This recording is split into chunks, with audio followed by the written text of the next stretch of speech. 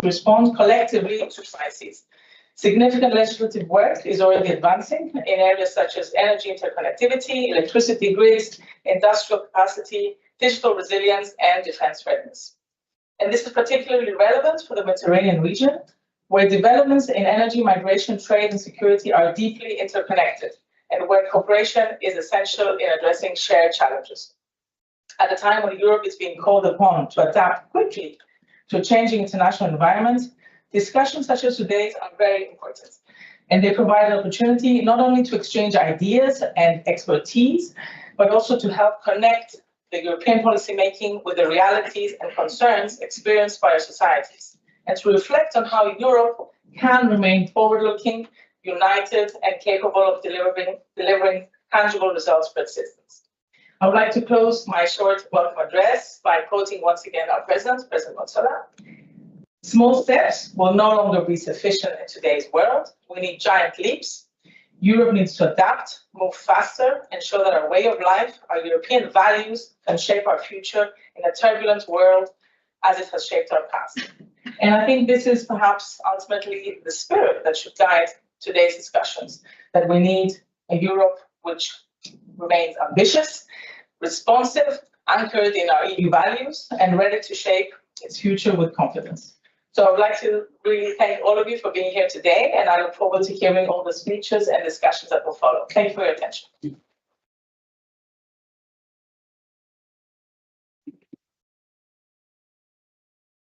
Thank you very much, Dayat. It's now my pleasure to welcome for some further opening remarks, MEP Lucas Furlas. Thank you so much for hosting us here in Cyprus and for your ongoing support for all of our events. And please, stay tuned.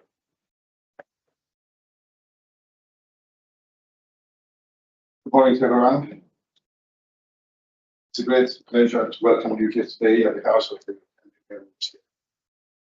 First of all, I would like to warmly thank the Parliament Magazine, all the organizers, and everyone who worked hard to make this important event possible.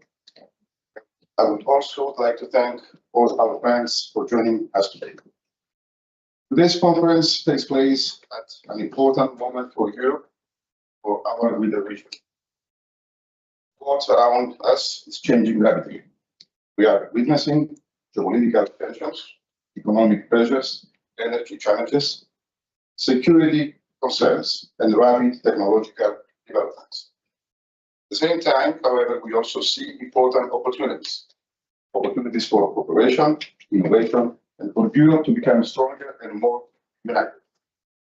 As a member of the Committee of Foreign Affairs at the European Parliament, I see every day how closely Europe's security, stability, and prosperity are connected to developments in our wider neighborhood, and especially in the Mediterranean region.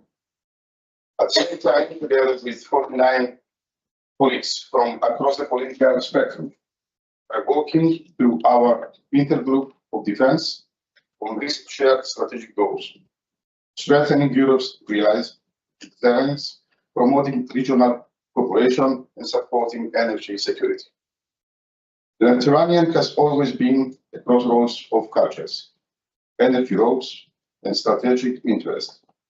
Cyprus stands at the heart of the region, serving as a bridge between Europe and Middle East. Because of our geographic position and our strong partnership, Cyprus can play an important role in shaping Europe's future strategy.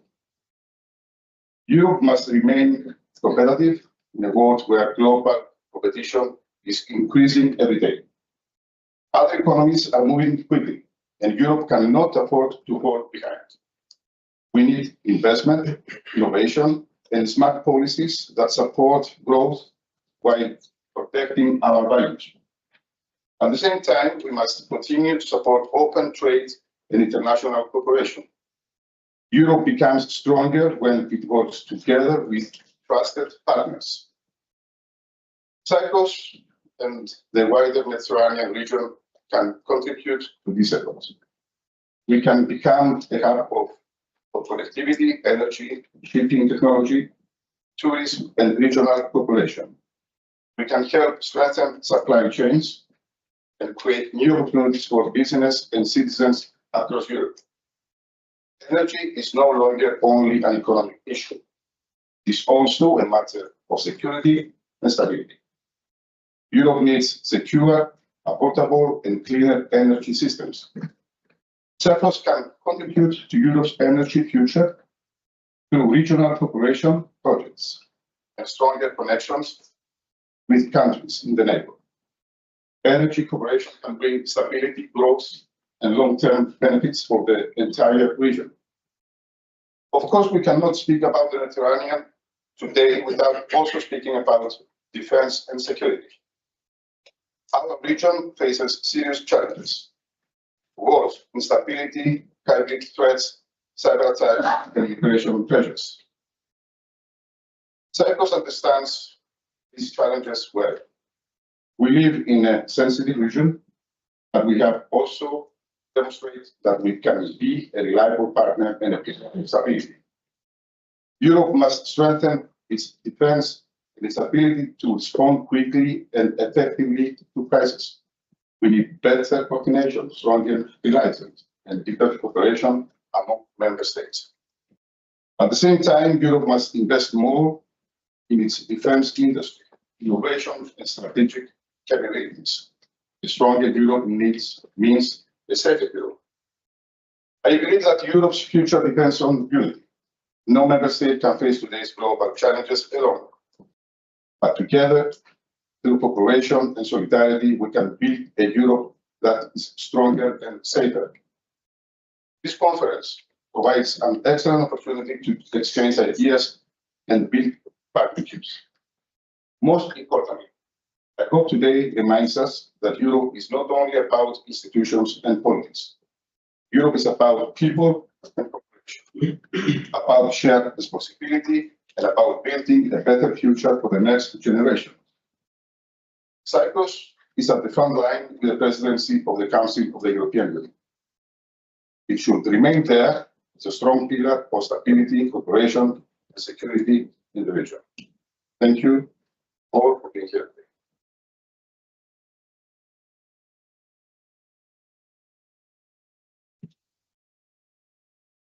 Thank you very much, Carlos.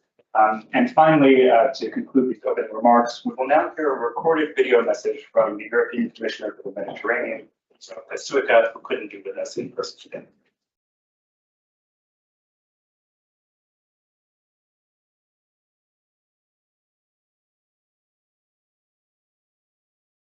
Dear friends, let me start by thanking Parliament Magazine for organizing this first Mediterranean Forum to discuss key challenges at the heart of my portfolio and of the Cyprus presidency. We are living through a moment of rupture in the international order. Alliances that once were unshakable are less certain, and the cost of war is already being felt across the world, from the gas pump to the dinner table. Moments like this, when trust and reliability are at a premium, it is crucial that we strengthen partnerships. That is the main goal of the Pact for the Mediterranean. To strengthen our ties with countries in North Africa, in the Middle East, and in the Gulf. To build resilience across our economies, and to share in the benefits of cooperation, building trust, and creating prosperity. Take energy, for example. Countries and citizens are struggling with energy costs. We know the Southern Mediterranean has the conditions to produce renewables 30% to 40% cheaper than in the European Union. Our partners need investment to produce more energy, and we need reliable energy to arrive at our shores, because nobody can close the straits of sunshine and winds. This is why we have put forward the Trans-Mediterranean Renewable Energy and Clean Tech Initiative, TMED, supporting our partners to develop the infrastructure for this energy to flow. At the same time, we are working with our partners on other areas, from protecting this and other critical infrastructure, from cyber attacks to managing migration to investing in skills, tackling skill gaps that companies face north and south of the Mediterranean.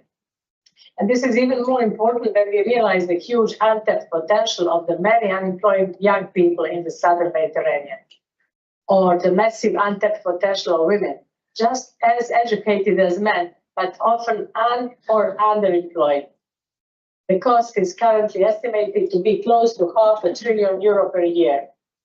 As you can see, the pact focuses on long-term solutions, and it works in parallel with bilateral partnerships.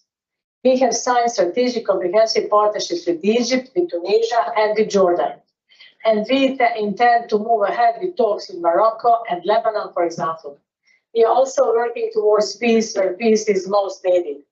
In Palestine, seeking a two-state solution.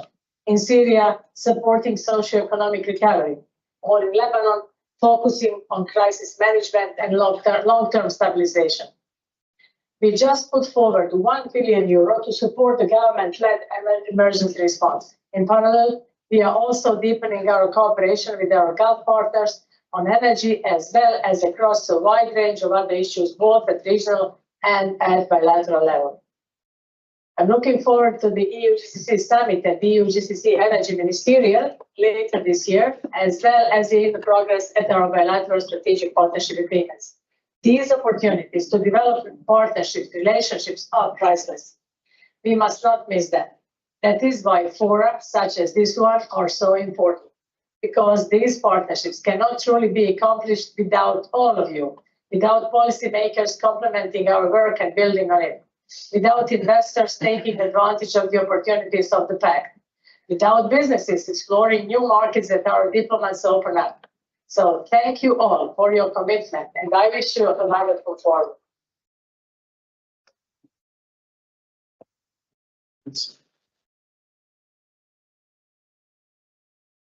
Thanks to the Commissioner for those remarks. And now to get our official program underway, I'm very pleased to welcome Stavros Stavro, President of the Cyprus Chamber of Commerce and Industry, to the stage for a fireside chat.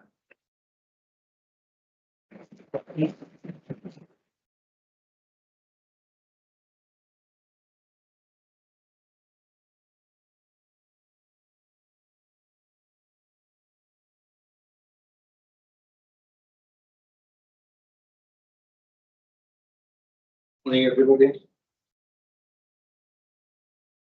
morning. Thanks very much for being with us today. Yeah. We are obviously at a moment when Europe is grappling with economic fragmentation, geopolitical instability, questions around competitiveness that we need shifting global trade environment. Cyprus, in some ways, finds itself at the intersection of Europe and the Mediterranean. So we have a lot to dig into. To start broadly, I'd like to hear what you're hearing when you speak with businesses across Cyprus and the wider region. What would you say is the dominant? Right? Well, first of all, I want to thank everybody here, friends, parliament, mass excellencies, and thank the Office of Europe, that's how we call it, and for all you're doing here in Cyprus. Thank you for magazine for organizing this. And thank you all for being here. Now, listening to the opening remarks, I heard the sponsors, and it just clicked to me that at least the names I picked up during the actual relation to innovation, connectivity, and energy. Now, I'm sure this is not a coincidence, and we will come back to that later. Now, we heard in the opening remarks of everybody that Europe is entering into a new phase. Now, this is a new phase which some of us may think we're moving through right now, especially during these times of geopolitical changes into uncharted. You ask me what I hear from businesses in Cyprus. Well, throughout the centuries, businesses brought people together. Long-term relationships brought people together. And this is the way to get people attached to each other.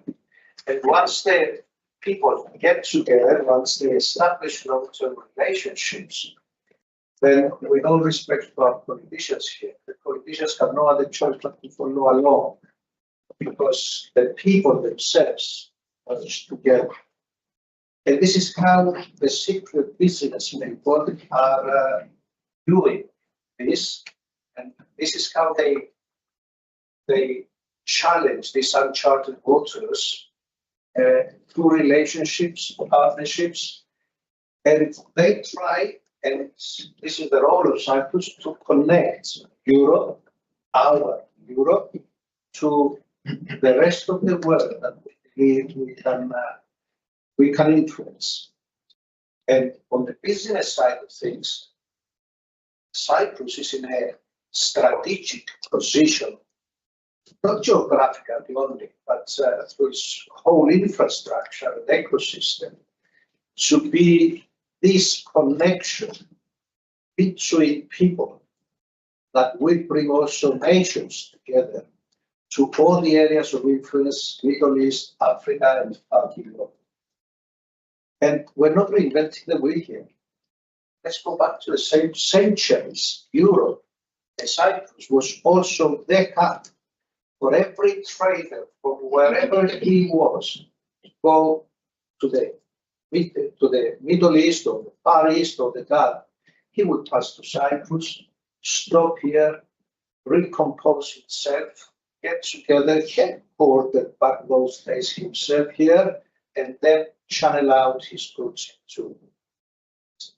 So I'm not going to talk about the political aspects of the whole thing and the political alliances and all that. That's not my job. But I believe that alliances at the business level, where different people from different nationalities find the chemistry between them to connect and develop and take advantage in the good way of synergies between and expand. This is well more important. Actually, this is the foundation of the next step, which brings the political alliances together. Because as I said at the beginning, if the people themselves are together, then it makes a lot of easier the vision of the politicians to establish it at a higher level. But if the people below are not in good terms, no matter how much the politicians try, how much they put it on paper, they will come and break down. And we have seen it throughout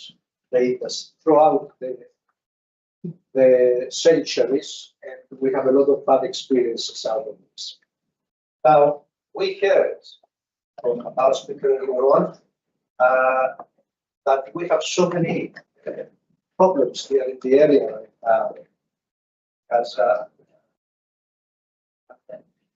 again, Cyprus, as Metsula said, is the lighthouse of Europe. Lighthouse serves a hell of an important role in navigating the sea, in navigating problems of the sea. It serves so many. It serves as a protection against dangers, and this is exactly what Cyprus is based here to do, to facilitate whatever reactions or solutions we're trying to find or actions we're trying to take in order to solve these problems.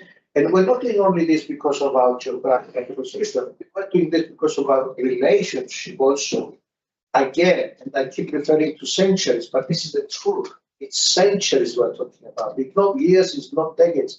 That Cyprus always had a one way or another in those different times, an excellent relationship with its neighbors. Whatever that excellent can be defined as throughout the period of time. So Cyprus always was the hub where everybody was retrieving back to reassess, recuperate, rethink, and then try again. And this is, if we bring this back to today's world, those days it may have the meaning of an army strategic or war-like reconvening. Now, this reconvening, on a political side, on a business side. Every time we have a problem in the Middle East, all the business people reassemble in Cyprus to assess the situation and then go back to their own offices or their own operations when things settle down. Now, I can jump in there. yes, I went like a No, lots to unpack there, but just go back for a second. Give us just some examples of how you see the Cyprus business community leverage.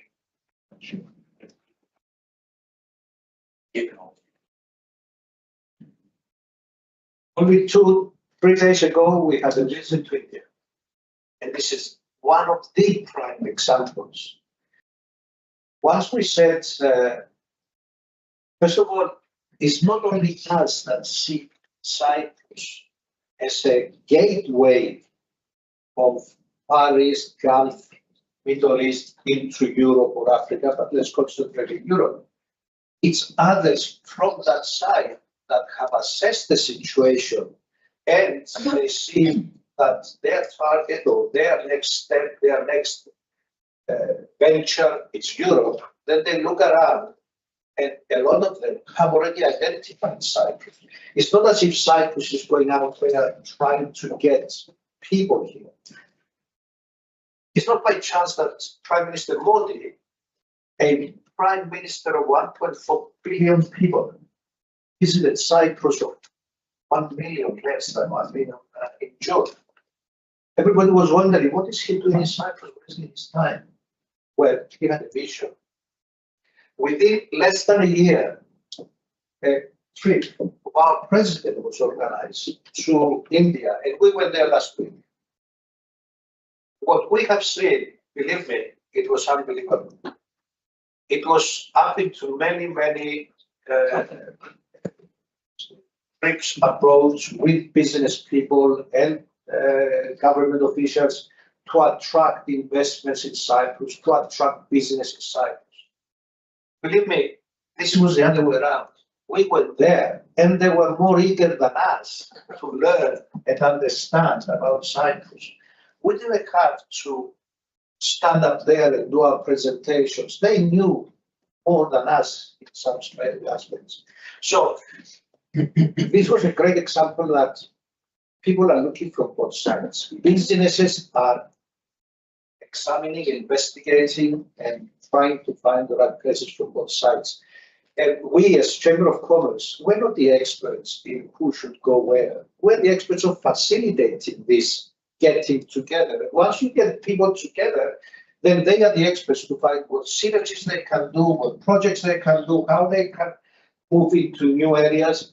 And believe me, what we saw in India last week, beyond the political meetings and all that, we had 2 days of business meetings there. We took, are you ready for this? 80 business people from Cyprus. The usual, a good venture out on this sort of experience is about 30 people, and we're happy.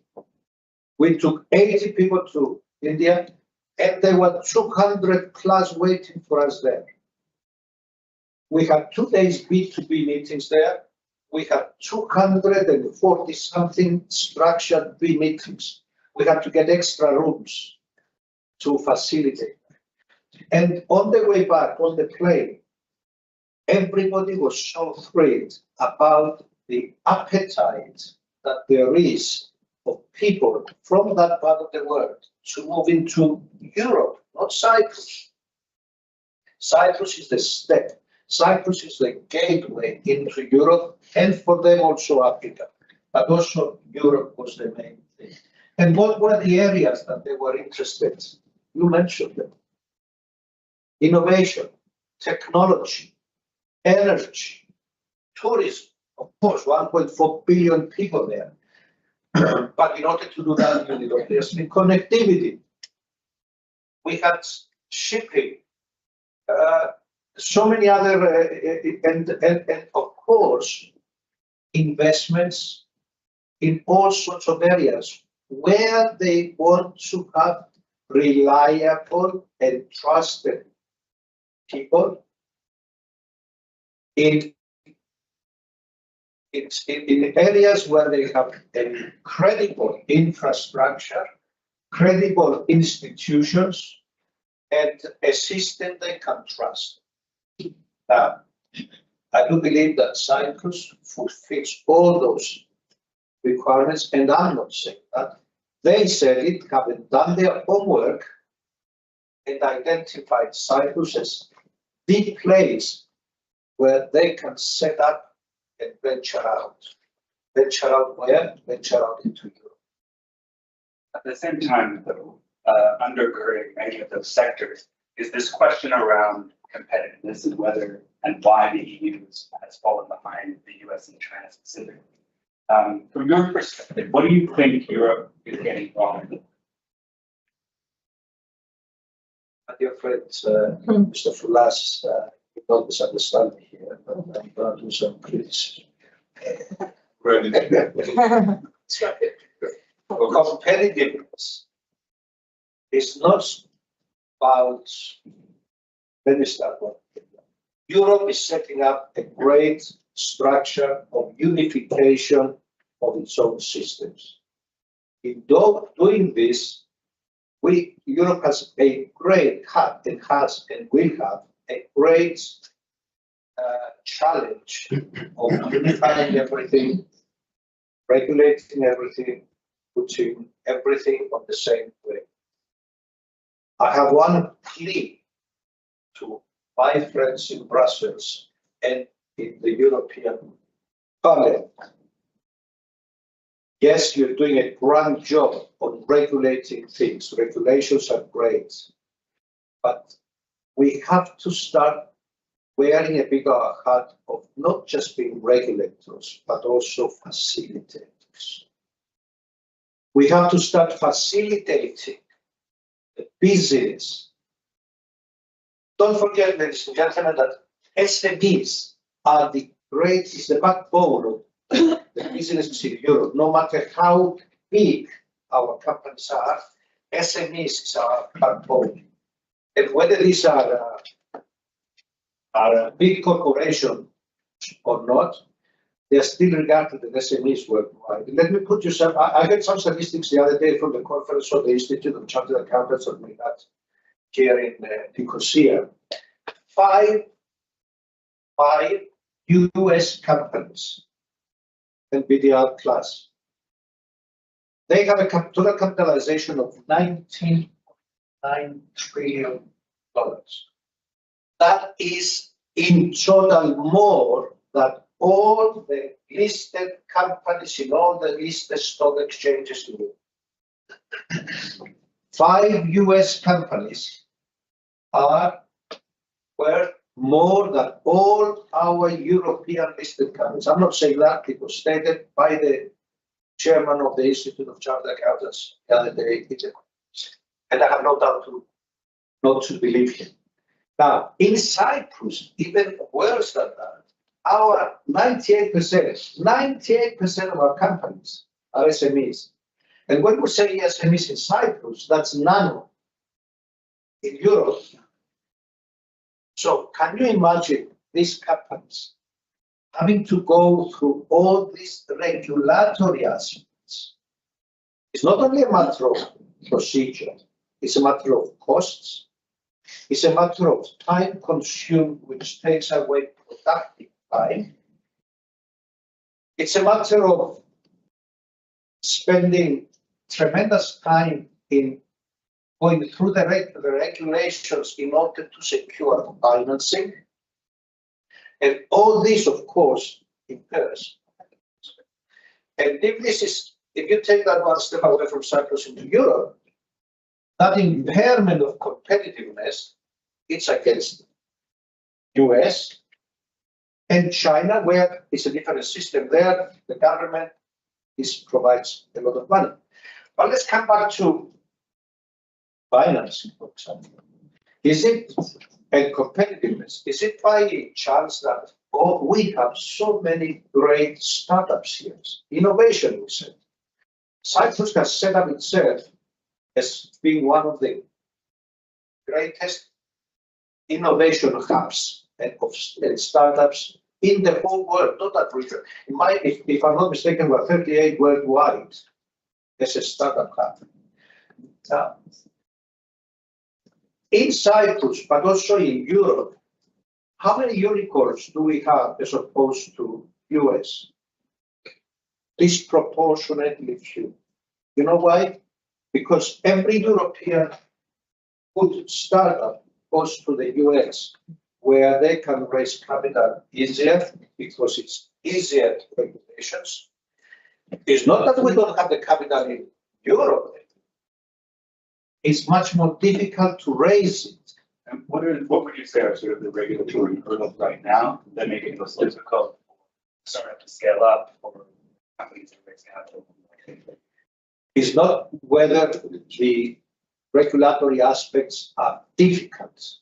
It's just time consuming.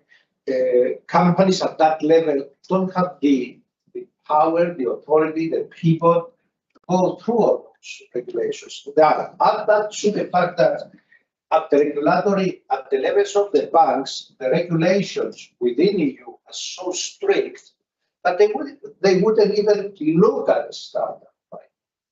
They say you go and find financing from outside. You go to any bank, at least in Cyprus, but also I challenge Europe too, and ask any bank to give you financing, proper financing for a startup.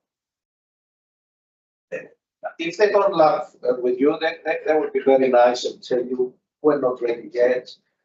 Please come back again when you're at the next stage. But I don't need the financing at the next stage. I need it now. Do you know something? I'll tell you an example. I started my businesses. I'm involved in many businesses. Maritime is my main business. And I decided, or one of my guys, they're getting an idea to start creating a startup whereby we create a program for the digitalization of the shipping industry. Okay? Now, shipping industry is a very traditional a business that's mostly, especially whatever is done on board, whatever you keep as records on board was always money. We decided to, back in 2016, to take an adventure and see if we can run a program where we start digitalizing this thing. So when we applied for a grant of 50,000 to give us from here in Cyprus under the EU, the program was rejected. It was rejected because it was innovation. It was no market at the time. That's the definition of a startup. You start something where you don't have any innovation. It's true, huh? Through it. Now, 2 years later, we were lucky enough that Mr. Slavny could afford to pay the 50,000 and get on with it. And we did develop the program. 2 years later, we presented it to Macedonia, and then the following year, we presented it at Maritime here in Cyprus. The then Commissioner of Transport was going round the booths with our Minister of Transport, but then we didn't have the Ministry of Finance. And she saw a demonstration. She walked past and then called us to Brussels to develop, to make a presentation. So we went to Brussels, myself and my CEO, and we were sitting in a room with 13, I remember the number, 13 people plus a commissioner for 3 hours demonstrating what we have done.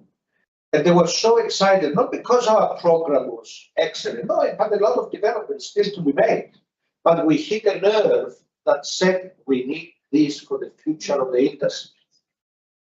Believe me, there were 20 versions from that day onwards to bring the program where it should be. When we finished the presentation, I said to the commissioner, I have to say this now. This program that you are sitting here for 3 hours with 13 of your people going through it was rejected for a 50,000 grant. Now, if I didn't have the 50,000 to put it into this project, we wouldn't be here. And I'm sure there is a lot of people out there that have brilliant ideas But because of the regulations, people that rejected it didn't reject it because of they didn't like the face of Mr. Stavu that presented, the CEO. They rejected it because it didn't fulfill certain requirements in the regulations. I'm sure there's a lot of great ideas out there that wouldn't make it. While in the US, let alone China, where everybody gets the chance to develop something, finance, and people, okay, perhaps also people in the US may have a lot more risk appetite than we Europeans. Fair enough, I accept. But this is where we want to get ahead in competitiveness. It was only an example that I lived through myself, and I was lucky enough that we need to relax the regulation. We have to have the regulations. Nobody's against it. And so let me jump in for 1 second. Simplification. Simplification. Simplification. Exactly.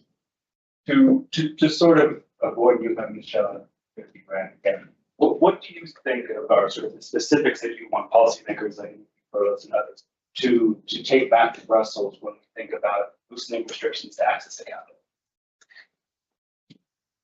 First of all, I think Mr. Kulas said the word, which is the buzzword, simplification. There is always, you don't have to go. I will use another example. Recently, we had the commissioner for the care of, what is it, the care of animals. Animal welfare. Animal welfare. Stayed here for the mouth and disease. And one of the people, desperate people, one of the partners of the audience told him, why don't we cut some corners of these regulations so we can know? And he announced it in that regulations are not there to be bypassed or cut corners by writing, but they can be simplified. They can achieve the same aspects by having simplified regulations or 2 or 3 tier regulations like we have. I'm an accountant by profession. Small firms, for example, are allowed to file a simplified version of a balance sheet, or they are exempt for certain reporting requirements because they can afford it, because it's not necessary, because whatever, it's too early, it's immaterial compared to the whole lot. So we can either simplify the whole regulations and achieve the aspect, or if this is not possible, we can create 2 3-tier regulations, this depending on where the company is, the size, the turnover, the employees, the risk that we can assess. And the main question here, we have to train the people that assess every application. First of all, to understand what they're doing, to understand what they are reviewing, and to apply the proper risk assessment. Each and every process, each one is unique. I mean, you say you have somebody there sitting there, whether it's a banker, whether there is a governmental official or whatever, to assess your application. Applications of hundreds of different sectors and ventures and nothing to do with each other pass through them. But each of that application, which is so specific and technical, had so many technical professionals go through it, review it, and construct it to bring it in front of this person. And this person cannot, by definition, have the expertise to review and assess the risk of each and every one, variable business opportunity or not, or project or not, that comes along in front of you. You have to have specialized people. I cannot spend money on experts to prepare for me my business plan, to take it to the banker, and then have a banker who had never worked in a business environment in the specific sector that I'm operating and paid so many professionals to do it, to assess whether I'm viable or not viable, or whether I am I have a risk involved in there. These are the things that we're thinking about. Compliance. You want me to start that one? I mean, that's it. We're unfortunately sort of coming to the end of this time. And this Sorry. Let me hear, I guess. me ask you before we close, if all together, we're fast forward 5 years or so, what would success look like for Cyprus and Europe? You could sort of pull together the various threads that you've been talking about. These are not threats, these are challenges, and it's up to us to tackle them. There's nothing that cannot be done, and I don't believe the Americans are better than us, or they know something that we don't.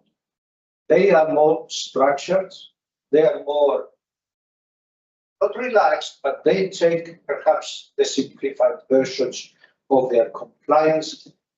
Sorry, I can't go away from compliance. Do you know that if you want a simple way of doing things, and I have nothing against Americans, I don't get me wrong, but I do contrary. I have hope for achieving this simplification purpose. Do you know how many companies we have here that left here that couldn't establish themselves here because of compliance and went to America and they were just not go like this straight away? You know how many people we have here that couldn't open a bank account in Cyprus and they went to the US opening and offering from Cyprus to their US accounts? Simplification. Now, we have to get together, face the challenges we have, because they're only challenges, and challenges can always be tackled. Get our heads together, see what is needed, really needed for Europe, according to the size of our companies, and structure it in order to facilitate, I'm going back to the word facilitation, structure it not in order to regulate it only, but in order to facilitate the end result. Be careful in the middle. You start from here. You want to facilitate the end result of here. You can do all sorts of things in here. Put all the different checks and balances in between in order to get up here. You don't have to let it go free. But what we do now, we make sure that we look at it here. We put everything that we need to put as controls at the beginning to make sure that nothing goes wrong. We never look at it again, and we say we will see the end result. Well, you will never see the end result because it will never take off. Let it take off and monitor it all along so that you can facilitate its expansion and its progress. What we do is we tie it into the ground here and say, okay, now you can start. And then we will see you at the end, you give us a report at the end to see if you fulfilled all your requirements. I will never get to the end because you never get me started. Let me start and monitor you all the way so I can get to the end. This is what I think. Okay, well, that's a great note to end on. Thank you very much. Really appreciate your remarks. Please stay seated. We're going to begin session 1, and I'd now like to invite Claudia to the stage to moderate. Take your time.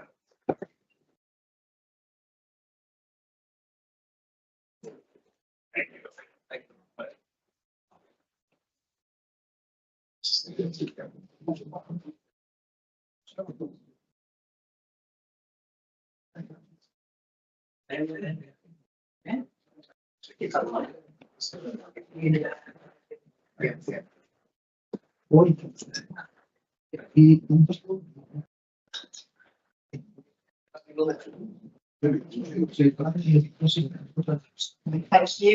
you for introducing me. And we now start a discussion about energy security and system resilience. Just before I invite my fellow panelists, I would like to just say a couple of words about myself. My name is Claudia Piccolo, and I lead ecosystem development at Clean European Futures, which is a platform hosting clean tech for Southeastern Europe. And we are partnered for this event. It is a regional initiative that's focused on strengthening clean tech innovation, on industrial transformation and energy resilience across Southeast Europe and the Mediterranean. And a big part of our work is connecting regional ecosystems with European policy, investment discussions, helping ensure that the energy transition also becomes a driver of competitiveness, innovation, and long-term resilience for the region. So I'm very happy to be moderating this discussion today. And I would like to welcome my fellow panelists who join me on stage. Alexandros Kalaramides, member of the board of directors of the Cyprus Electricity Authority, and Emilia Kostrika, head of Cyprus office at the European Investment Bank Group. So please, you can join me here on stage.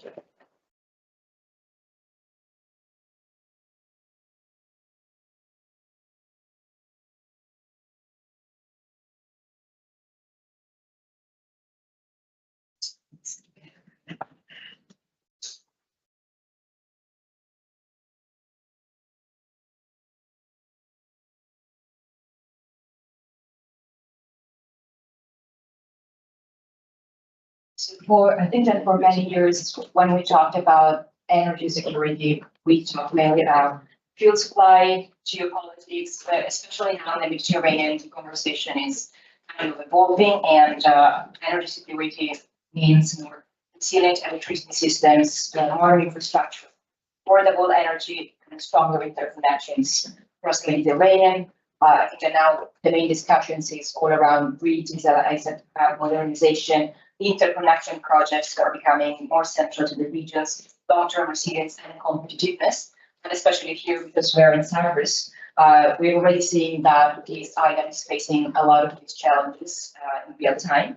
Like, for example, integrating renewables into isolated energy systems, modernizing grids, attracting investments, as we've heard right now, strengthening resilience, and ensuring long-term competitiveness. So today we want to explore what the next phase of the Mediterranean energy transition could look like, and whether Cyprus can become not just a participant, but an example for the whole region. So I would like to welcome our speakers, and I'm going to introduce them briefly. So I'll start with Alexandros Kalaramides. He's a professor at the Cyprus University of Technology, working primarily on predicting energy production from solar systems and on how innovation and entrepreneurship can assist in the global efforts for decarbonization. He served on the board of the International Solar Energy Society, and from 2024, he serves on the board of the Electricity Authority of Cyprus. He's also the founder of Precisely, the first fintech accelerator in Cyprus, and has trained more than 200 entrepreneurs on how to go from a research idea to a viable business. Then we have Emilia Kostrika, who is over a decade of professional experience from the EIB headquarters in Luxembourg, with a background in civil engineering, specialized in the water sector and climate finance. She has represented the EIB Group for over 2 years at the Platform on Sustainable Finance of the European Commission for Flood Protection and Nature-Based Solutions. And before joining the EIB, she worked in the private sector, providing technical support to water projects in Africa, financed by the World Bank. She was also involved in the implementation of the Water Framework and Floods Directives for Greece and Cyprus. The establishment of the EIB Group office in Cyprus marks an important milestone, reflecting the EIB's strong commitment to deepen cooperation with public and private partners in Cyprus. And for Emilia, as head of this office, success is not just about how much the EIB invests, but how much transformative change and impact those investments create. And she would consider it an achievement if the EIB Group office in Cyprus becomes a symbol of European partnership in action, helping Cyprus turn ambition into tangible deliverables for its people. So thank you very much for being here. And let's start immediately with you, Emilia. If we look at Europe, we see that it is trying to simultaneously strengthen security of supply and at the same time accelerating the transition towards a cleaner and more resilient energy system. So from the EIB perspective, how are you supporting this transformation, and where have you already seen the most tangible progress in the recent years? Yes. After turning this. Okay. So good morning, Robbie. Thank you very much, first of all. Okay. Good morning. Thank you for the invitation, the Parliament Magazine. Thank you for hosting me here, the Media House and the European Parliament Liaison Office. Very delighted to join with today. I hope we have a interesting discussion with it. So to reply to the question, from the EIB perspective, I would say first of all that Europe must address its strategic dependencies, but very clear, faster and more decisively. It must break free from fossil fuel dependence and regain control over how the economy is powered. And we have seen that there is progress in the renewables development since the 2022 energy policies.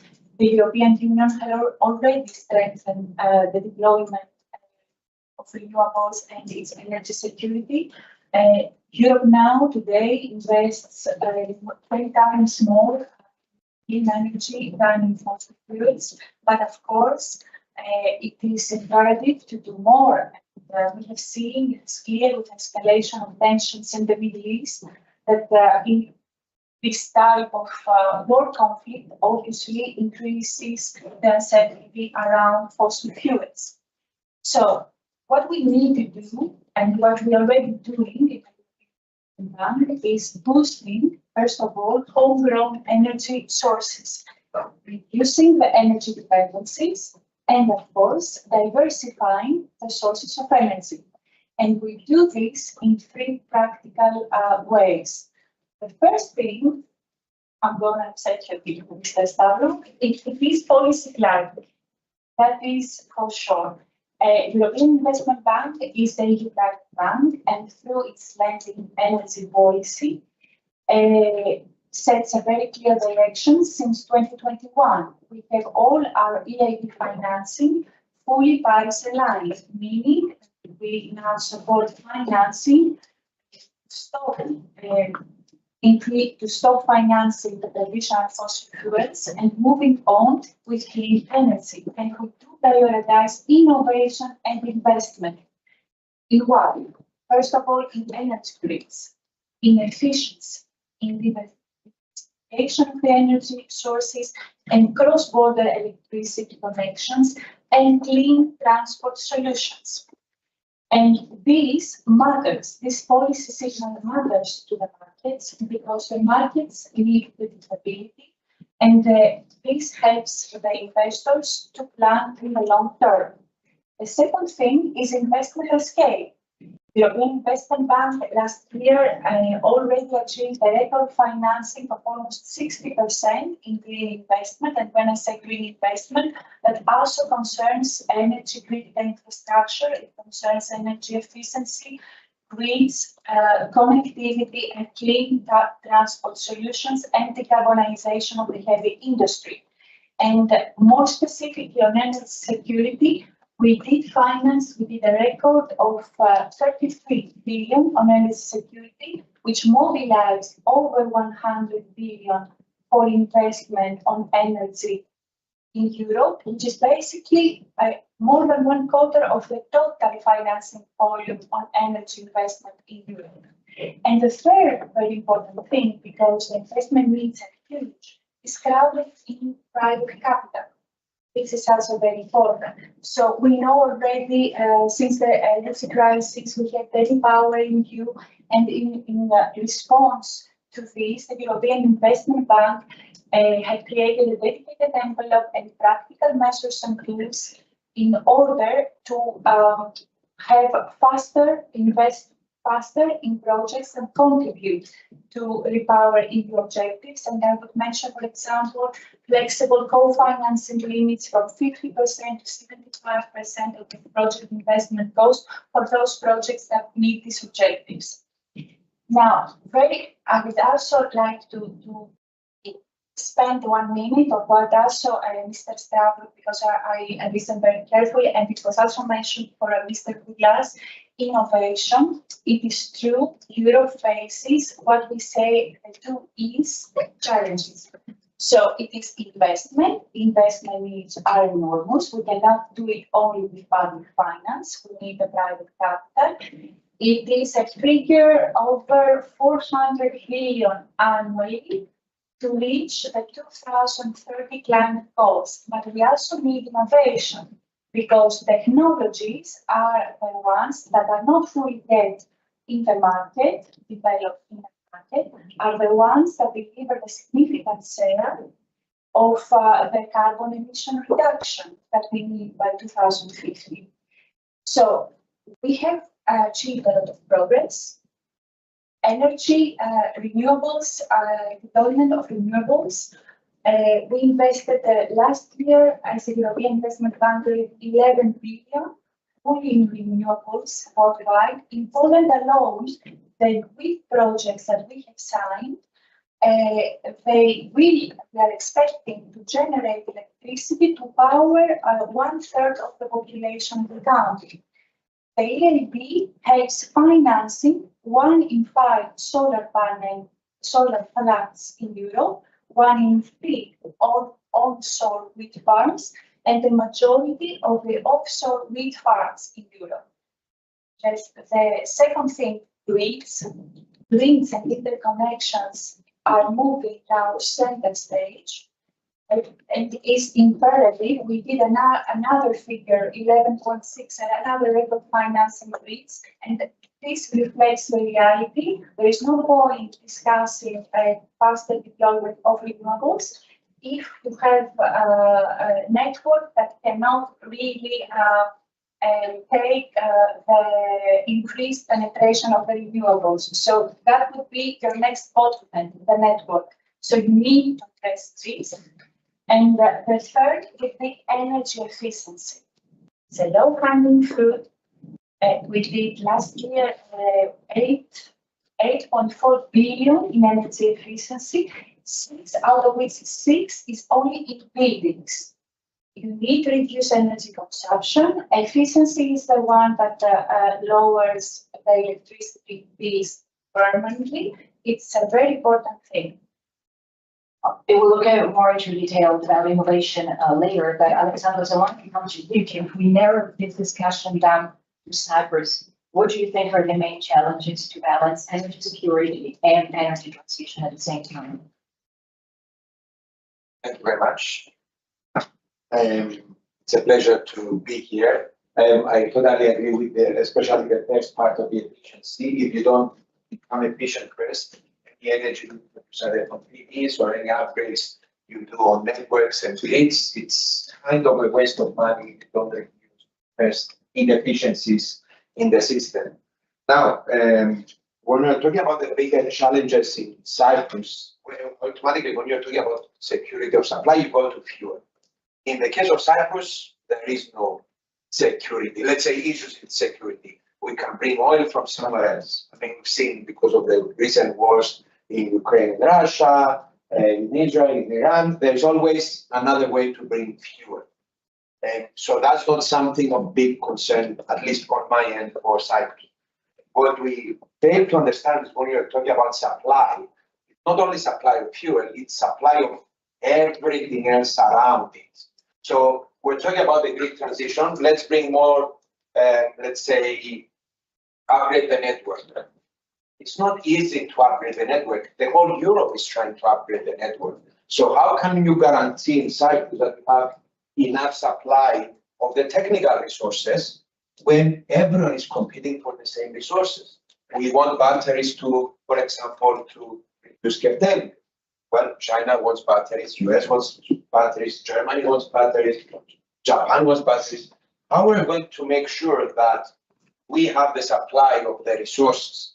So there's also the technical issue of the supplies.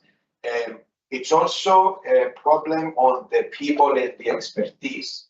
Again, we don't have enough people with the relevant expertise in Cyprus to keep up with all this transition. For example, you talk about efficiency, about buildings. We don't have enough engineers, we don't have enough technicians to upgrade all of this. So the government can have the right policy, the EU can have the right policy, the money can be there. We just don't have enough people to do all of this work. And it's also a problem at the ERC level when the government and the private sector wants, let's say, 10,000 substations to be upgraded to be able to incorporate more PVs. It's not a fuel supply, it's not a technical supply, it's a people supply. Who's going to upgrade all of this like this? So it takes time. So that's another problem of a supply. So it's kind of a different story because security always talking about war, but That's not a big problem, at least on my end, for Cyprus. There's also a supply, as I said it, on the policy. When you want to do a strategic planning of what kind of green transition you want, if the right policy is not there for the next 50 years or 100 years, and it changes every 5 years, it changes every 10 years, how will someone do an investment either in CAC or the private sector? So the private sector, let's say with the automotive, let's change everything to electric cars. Can you guarantee me that in 10 years, in 20 years, the policy of the government is like that? So that's, again, it's not a clear issue of security of supply of the fuel. They say war and we cannot bring fuel. Or there is tariffs and fuel is more expensive. That's a very small part of the whole puzzle around. Yes. Yeah, I think only two can work at the same time. Now let me jump in 1 second because I want to follow up then. What about regulation? And we were mentioning before, because for example, you mentioned batteries. The regulations around batteries is enormous, and there is competition from China, there is competition from Korea, from all the Asian players.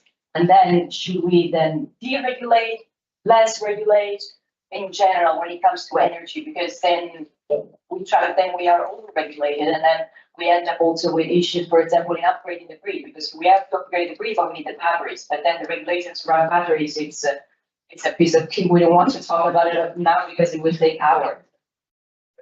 Shortly, it's not about deregulation or more regulation or more deregulation. It's every country has specific conditions. So what works in Germany is different with what we work in Finland, is different with what we work in Cyprus. So yes, there should be regulation, but it's not a one-size-fits-all kind of regulation. So installing, for example, because I know from the technical chamber in Cyprus, putting batteries in households, they are afraid that we are not going to maintain them. They're not going to be regular. It will be in conditions of extreme heat, especially in the summer, and we might have pipes. Does that mean we should ban batteries? No. Is the same regulation that should be applied in Cyprus be the same with big batteries or in Finland? No, different. So yes to regulation, but make sure the regulation works for your region. So I mean, in Cyprus, you say in Cyprus, what kind of, because you mentioned also grids, the importance of grids and integrating renewables, what are the investment priorities right now in Cyprus for the infrastructure? Yes, thank you, Claudia. Well, the energy transition in Cyprus is a hot potato, and it's all about system constraints and delivery. I would mention, for us, it's very clear what are the investment priorities. First, the absolute non-negotiable baseline for us is the grid reinforcement. I mentioned before, I will repeat it again. If you want to integrate more renewables in the network, it's inevitable. You need the network. We all understand. And of course, this is also about energy security. I would say energy reliability, right? And smarter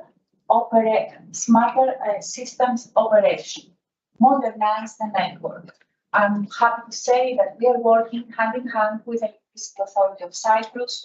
We are hoping to have a signature until the end of the year, which would be exactly on this point. This is exactly the type of investment that we're working on, is upgrading low, medium voltage networks and also new and upgraded transmission substations so that we can face the flexibility and capacity of the system, so that the resilience of the system. This is the absolute foundation. Now, moving on, we talk about connectivity, electricity interconnectors. Yes, of course, it's a priority area for the European Investment Bank. But let me say that this is only when the domestic system is ready for it. We have done it the last year, for example. We financed, we gave a very big loan, 1.6 billion for linking the Iberian Peninsula, Spain to France. doubling the power flow between the two countries. We gave a 450 million loan into the government for connecting the grid. Adriatic Link, we gave 750 million loan to connect two Italian regions to strengthen the energy security there. But the point is, when we go, for example, and talk about the Great Sea Interconnector for Cyprus, of course, when we will receive a financing request, we will assess it in procedures and policies. But we need always to have in mind that we need a domestic system to be ready for. The third thing I again mentioned, but now for Cyprus, diversification of the energy sources, very important. You are in the midway, so I'm talking about the key national importance project of LNG terminal, liquefied gas, natural gas import infrastructure at the Cyprus. This is a project that we strongly support. It's of critical importance. When we raised the project back in the past with the approval of the law, it was at that moment that Cyprus, 95% of the electricity produced on the island was relying on heavy fuels. It is a very important project, so the country will be compliant with the requirements of EU regarding carbon emission. Drives very high costs on carbon emission fines, and of course the electricity price is very high.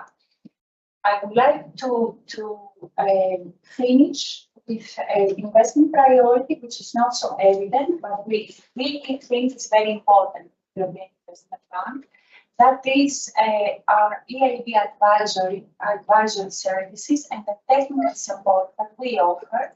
And what we have done, and we are doing actually now with the Minister of Energy, is to help the Minister of Energy to design and implement a governance structure and industrial safety procedures for the Vasilikos Energy Center, which is a very crucial area in Cyprus. You all know it. It's the energy and heavy industry hub of Cyprus, where the largest power station is located, all these storage facilities, and the designated area to host the LNG import infrastructure. So we give pre-technical support to the ministry to implement, and we consider this equally important with the grid, the connectivity, and the diversification. We speak about diversification. When I was coming here, my taxi driver was asking me, what am I doing here in Cyprus? I was telling him, yeah, because yeah, of course, he was like, why are you not on holiday and you're coming for work? So I was telling him about this event, and he was, oh yes, please do something about the electricity, because electricity prices are very high, and he wouldn't understand. He was like, how is that possible? We have a country with so much hours of sunshine and this incredible potential we have, then the electricity is so expensive. So this is a question kind of for you, Alessandros, complementing to what Armenia was saying. When Armenia mentioned the interconnector, for example, being a link area runs the Greece, the Adriatic link, she said that only when the domestic system is ready, it's Cyprus domestic system ready for it. Thank you. Yes and no. It's a few things. All the people know the answer. Yes. Well, we pay yes because we want more money from you, so we are ready. But yeah, let's assume there was a technology now that would produce free energy, completely free, no resources, no grid, no nothing, everyone can have it in their home. Would you say no to unlimited energy? Would anyone say no? You have as much energy, free to do as much as anything you want. Okay, so it's clear that the more energy we have in Cyprus, the more we will consume. There will never be a limit where we'll say it's enough. We don't want more energy. Do you agree on this? Yes. Okay, good. So that's one of the things that we discussed what needs to be done. Yes, one of the things is the grid integration to make sure that all the photovoltaics, whether it's rooftop photovoltaic or batteries or large-scale photovoltaics, can accommodate in the grid. And for those who don't know, the Electricity Authority of Cyprus does all the project that is in a 10-year plan that was decided by the ministry and the transmission system operator. So there's this 10-year plan. You need to upgrade this, then you need to upgrade this, then you need to do this, then you need this. We secure the funding and we construct. So yes, it's ready. No, not today. So it will take time to accommodate for all of this. The second thing I would have to say is that needs to be done is interconnectors. Not only Cyprus, Greece, Cyprus, Lebanon, Cyprus, Israel, Cyprus, Egypt, Cyprus, anything to increase the capacity both to get more energy in Cyprus, but if you have more energy here, to export it outside. Diversification, unfortunately, we can't do a lot of things. It's only EVs in Cyprus, minor wind, minor biomass. Now, if another technology comes in the next 50 and 20, 50 years, fair enough. And one thing though that no one addresses, especially when it's funding, is demand side management. So I'm sure you all know about this. Well, not the specific statistic. 70% of the time, we don't consume more than 400 megawatt energy, 400 to 500 megawatt. In the summer, at 8 o'clock in the afternoon, we go to 1,300 megawatt. So there's these big discrepancies that makes batteries still a bit not so much, I mean, they're beneficial, but finances are not that great as in other countries that have more of a steady income. But at the same time, we need to cover our base load. So a lot of the investments that either the transmission system operator is doing or electricity authority are already doing is battery storage to be able to maintain grid stability. And of course, the private sector story. I know already the University of Cyprus installed the PV batteries. I know 2 private investors that have photovoltaics in Cyprus. They already have their batteries in Cyprus. So yes, it's progressing. No, we are not completely there. And just to What do we tell the taxi driver? What would be the simple answer to the text there? today. Universals asking for it. And politically incorrect answer. It's when Trump got elected, I invested some months in an ETF on semiconductors in the US. So we heard about the market in the US. It was a bit down.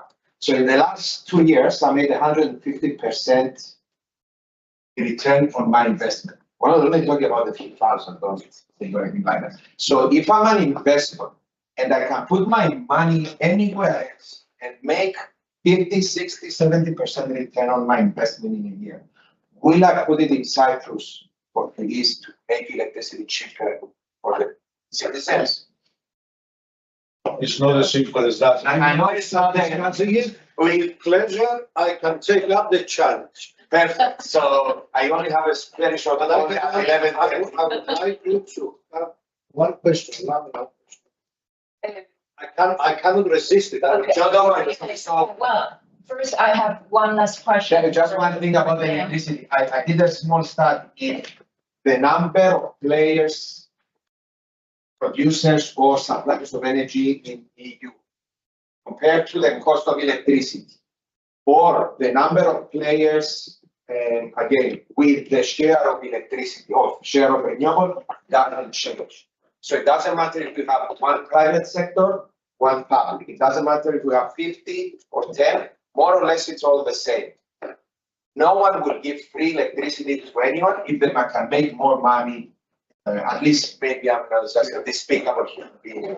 I'm sorry, I'm going to give you free electricity. My apologies. So yes. Basically correct. I don't resist like you said, Mr. Kavamidis, that what you say about shortages is not just supply of fuel, it's not that, it's also people. I have 3 questions. Can you tell me how many local engineers or road constructors they had in Dubai when they started? No idea. You see it. Until you see, but they took the steps that they put the experts that they required from all over the world, and they built Dubai in no time. If we wait for the population of Cyprus to increase and produce engineers that they will increase our grid, then with all respect, I think everybody's fooling our people. Do you know what the difference is between? You get my answer to the last question. You know what my answer is to Dubai? They don't have trade unions. Now, I'm going to the next one. Now, They don't have. trade unions. Now, as far as the 10-year plan, if something is so desperately needed by the people, by the community, so very desperately required from all of it, we're not reinventing the wheel here. You said that you had 10-year plan for that, 15-year plan for the other. For God's sake, in 400 BC, it took them 15 years to build Parthenon. I want to expand on that. You can draw your own conclusions. Well, in Italy, it still takes like 45 years to build a modern way, so. I agree on answering the last part. Yes, I will compliment on what you said. yeah, I would like to ask one last question to both of you. Yeah, I mean, we can actually keep this conversation, Alexander's, because we were talking about the private sector, universities, and we mentioned innovation at the beginning. So about the collaboration and how important it is that we have collaboration between utilities, universities, industry, but also European institutions, so that we can solve the future energy challenges. Okay. So we can keep this, we finish this topic. Okay. One of the, I'll give an example about the technology. The accelerator, should I say what? We have this, she's Russian, but she lives in Germany, in France, so the company is registered in France, and then she was doing floating photovoltaics. So she wanted to come to Cyprus, she came for a tour, she met with Marina, with other ports, with electricity, everyone said, yes, we want it, but we can't go directly to a 10 megawatt project. It has never been done before here in Cyprus. Can you do a 10 kilowatt small project to test it? And then we can move on to the big one. The bureaucratic regulation to get all the permits was the same, either for a 10 kilowatt project or a 10 megawatt project. So she left and went to another country. So yes, and this is part of what we're working on. EU is also promoting what's called sandboxing.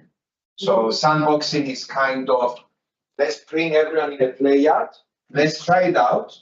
We see what works, what doesn't work on the legal, on the administration, on the technology, on the customer. We decide what works, and then, okay, go and play in the real market. Now, from the regulations, but at least we tested. So,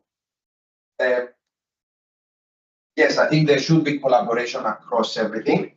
And now there's a mismatch. I agree with you. That's when we're talking about promoting innovation in Cyprus. If we just say we don't have enough engineers, we don't have enough researchers, we don't have enough talents, we will never do anything. Find this opportunity, find the projects that need to be addressed in Cyprus. Is it batteries? Maybe. If yes, let's do that. Is it water management? Yes, let's do that. Bring the expertise, bring the startups, give the funding for Cyprus to become a test bed, and then go. This is not as we, I mean, it will not make any sense to you, but we're not going to reinvent the yes. So this is something that other islands like Cyprus have the same problem. For Hawaii, solved it, well, didn't solve it, but they had an amazing accelerator where they say, bring any technology from anywhere in the world, come to Hawaii, test it, we'll give you the money, and then go and then do it in the real world. If they relied only on the people of Hawaii to change the system, I agree, it will have never changed by waiting internally. I mean, of course, if you want to comment on everything that was just said, feel free to do so. But I wanted to expand a little bit beyond the infrastructure that we just mentioned, because when we talk about energy resilience, there is much more. There is energy efficiency that you mentioned before, the maritime sectors, ports, and industrial modernization. So if we look ahead, so let's close the discussion by looking ahead. And you look at Cyprus, what do you think are the biggest opportunities to strengthen competitiveness and resilience through investments also in other sectors? Yes, I mean, the mentality should be that energy transition is not only about the power system. It should be looked upon broader and grade of infrastructure, of critical infrastructure that will strengthen Cyprus' resilience and competitiveness. And I see 4 opportunities. The first, I will repeat myself, but in different now. Energy efficiency is a competitiveness tool. We said it, I will say it again, and let's think about a bit. Energy is a bit like water, and you know about droughts here very well. You fake it, or you fake it, you feel it here. You should think about energy a bit when we go thinking about energy consumption. You should think about this water consumption, but in the same way. You need to reduce energy consumption, and you really need to boost energy efficiency in the buildings. It will help a lot SMEs, public sector, and of course residents. Right? The green investment, we call it green investment. It's not only the right thing to do for the planet, for the environment. It's a smart thing to do to boost growth and competitiveness, because it will bring cheaper energy to the household and businesses. The second opportunity area, thinking a point, because we're talking about an island economy, yes, ports. Let's think a bit more about ports. Upgrading port infrastructure should be treated, ports is not only the logistics assets, it's also could be transformed energy as energy transition hubs. And we're talking now also to include the electrification ports in the discussion, which is a major part of decarbonization. Cyprus can do this.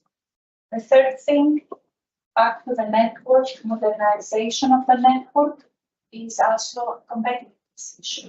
This is the way the economy will electrify more effectively. Don't think only about the power system, think about transport, think about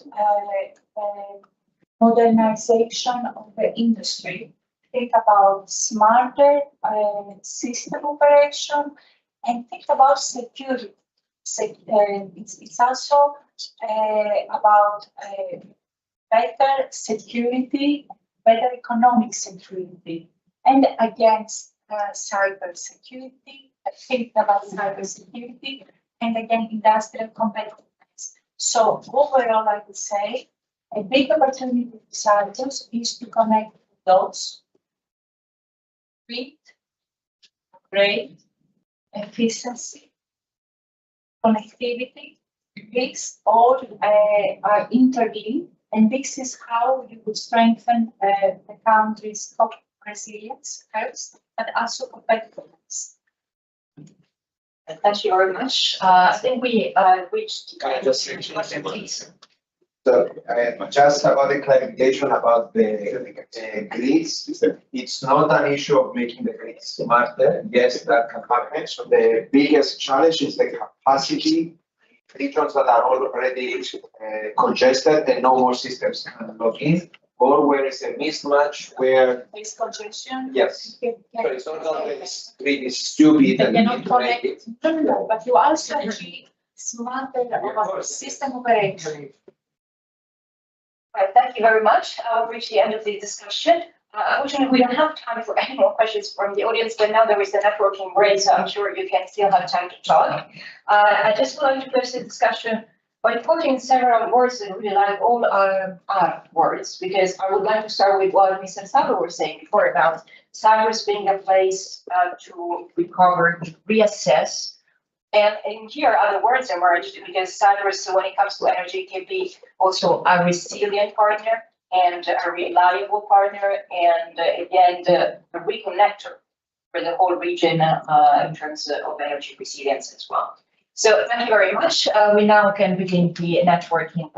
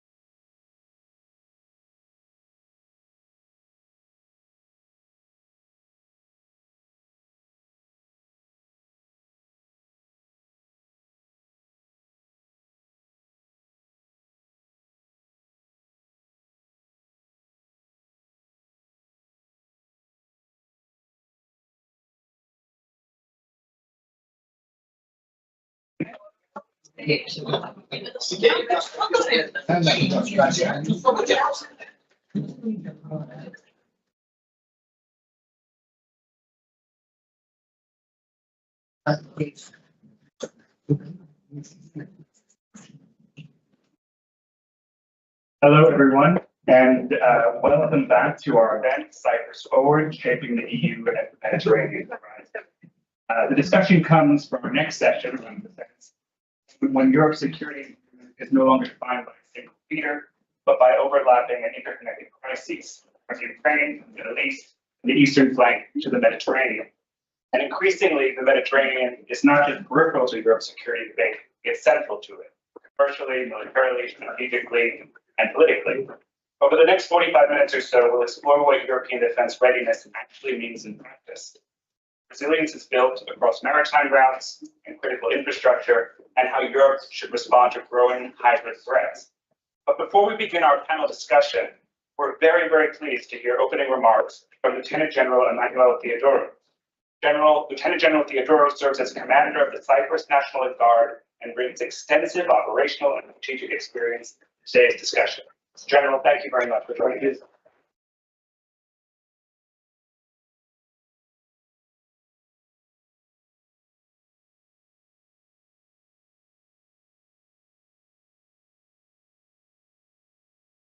Good morning, καλημέρα σε όλους. Distinguished guests, ladies and gentlemen. It's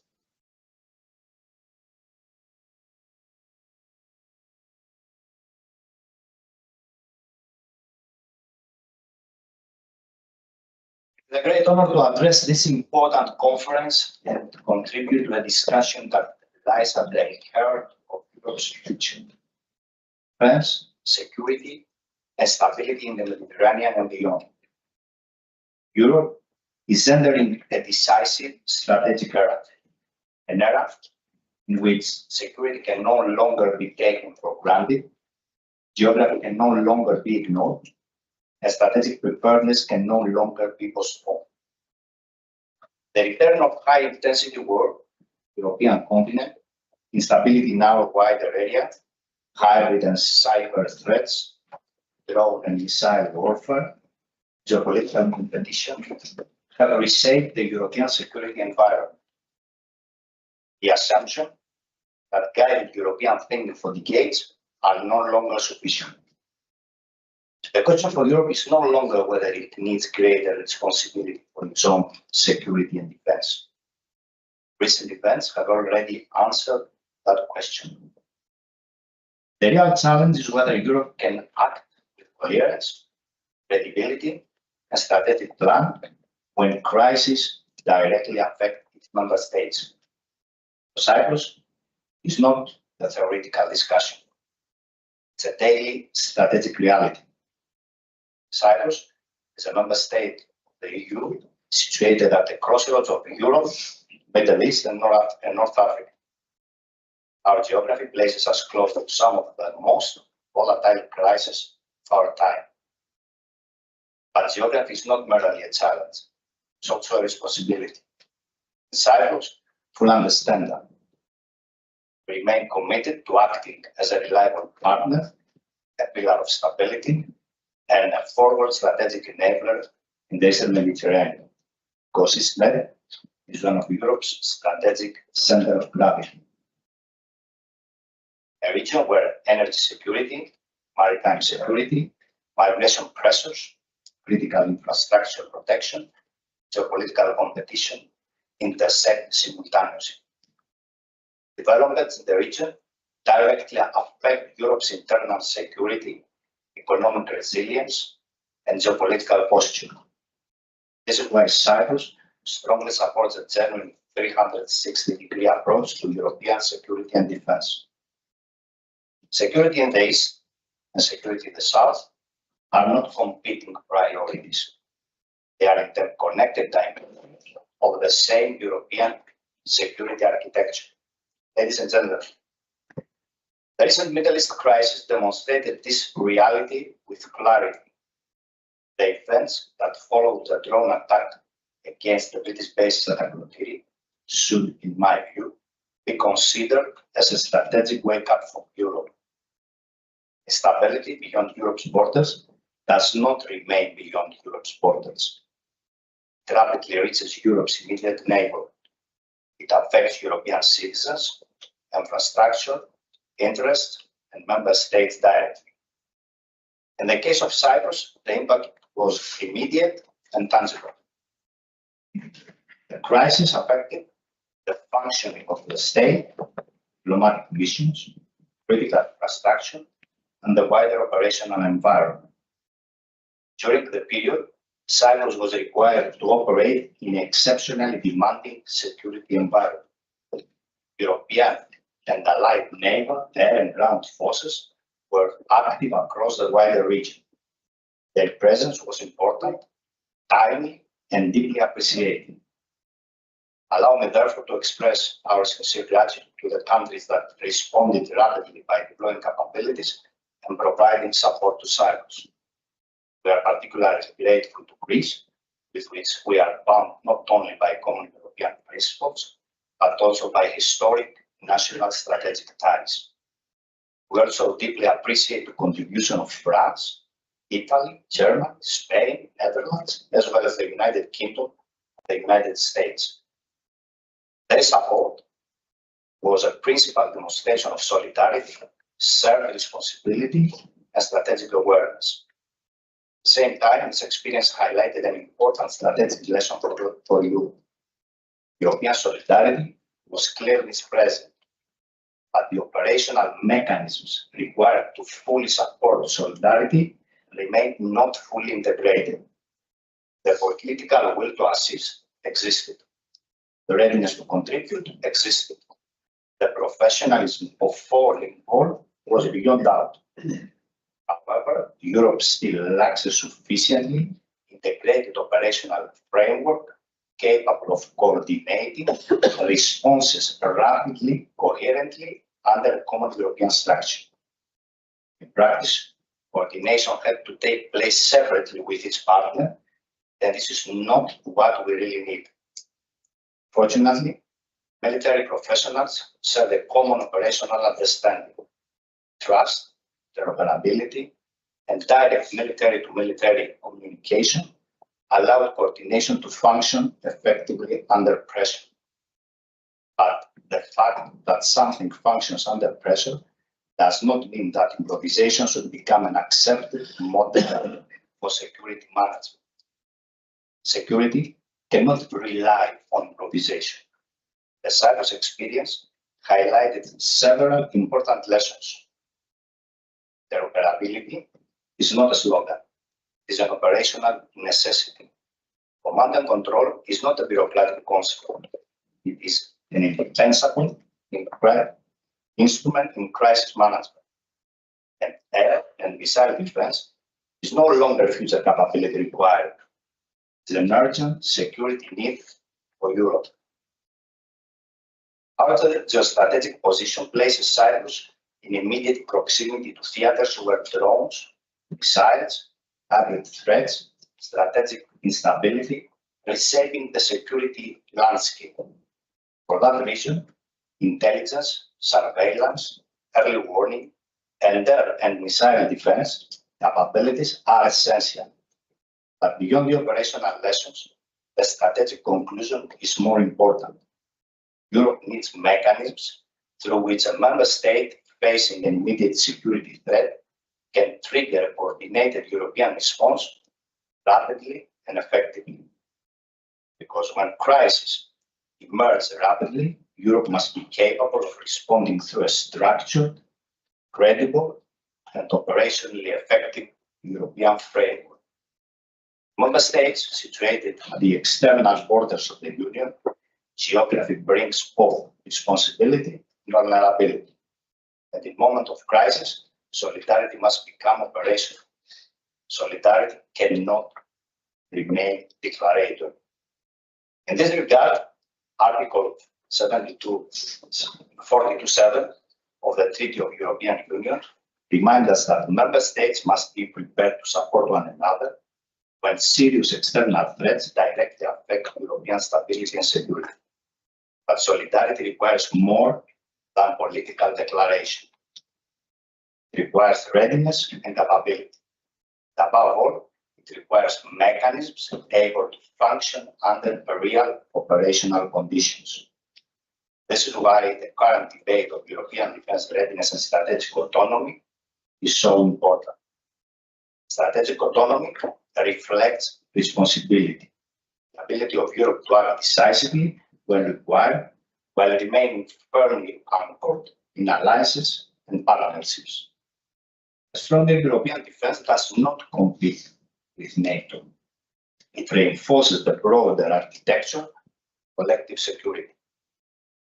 The transatlantic board remains indispensable, but Europe must improve the ability to act when its own security interests are directly affected.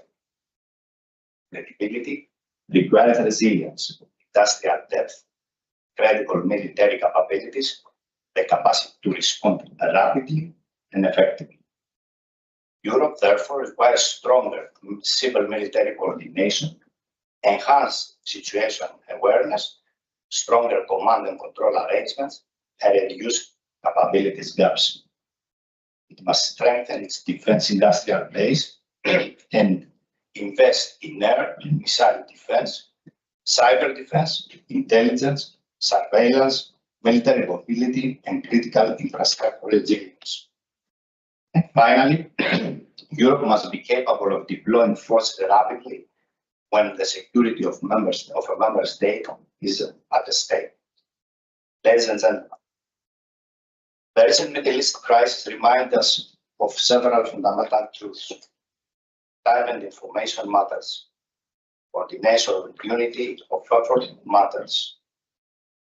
No member state, regardless of size, can address these challenges alone.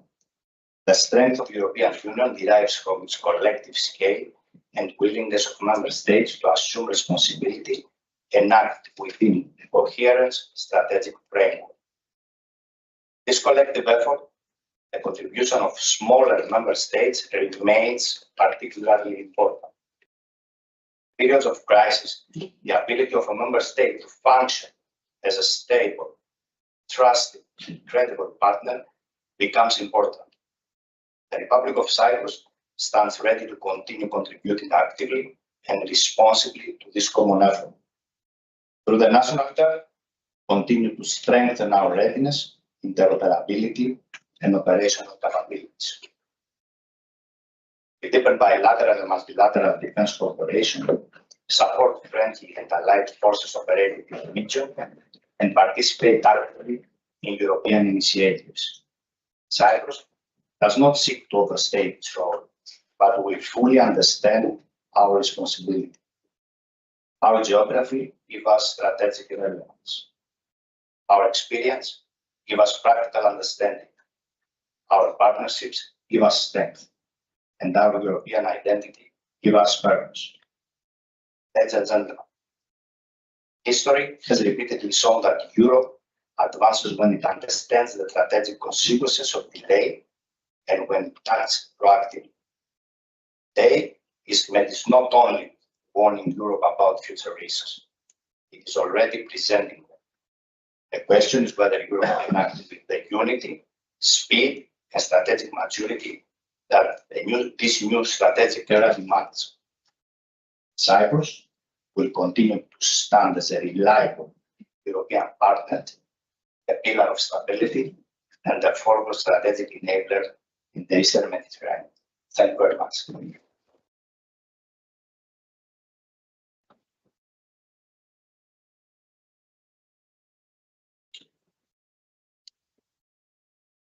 Thank you very much, General Marks, helping bring many of the strategic questions that we'll now explore in more detail during our panel discussion. So please join me in welcoming to the stage Jonas Urbanavicius, Policy Assistant for the Cabinet Commissioner of the Commission, Elena Lazarou, Director General at the Hellenic Foundation for European and Foreign Policy, and Olympias Raptis, Head of Public Affairs at Cal.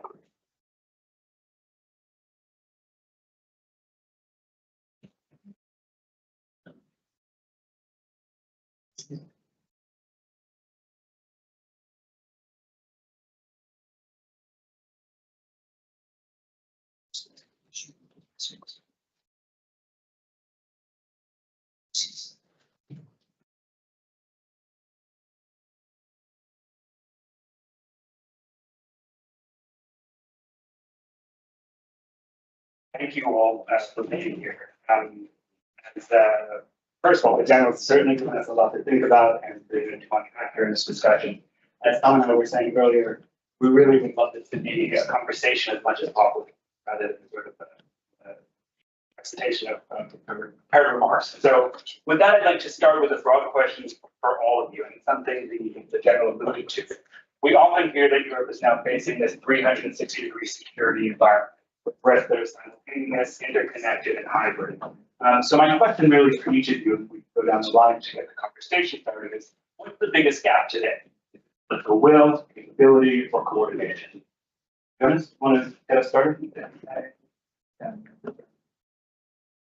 Good morning. So morning. Thank you for inviting me. Well, actually, after what the General said, there is not much to add, because I was wondering, maybe we also had assistance from because maybe it's also the same. And what you were saying is also true, not for Cyprus actually, but also for other parts of Europe. I co-represent from Lithuania. And two examples from this week and last week. So last week in Lithuania, we had incursion of hostile drones. And we had a red alert, and we had the possibility to check how our shelter system operates. So coming here to this event, I also checked where is the nearest shelter. So it appears that it's next building.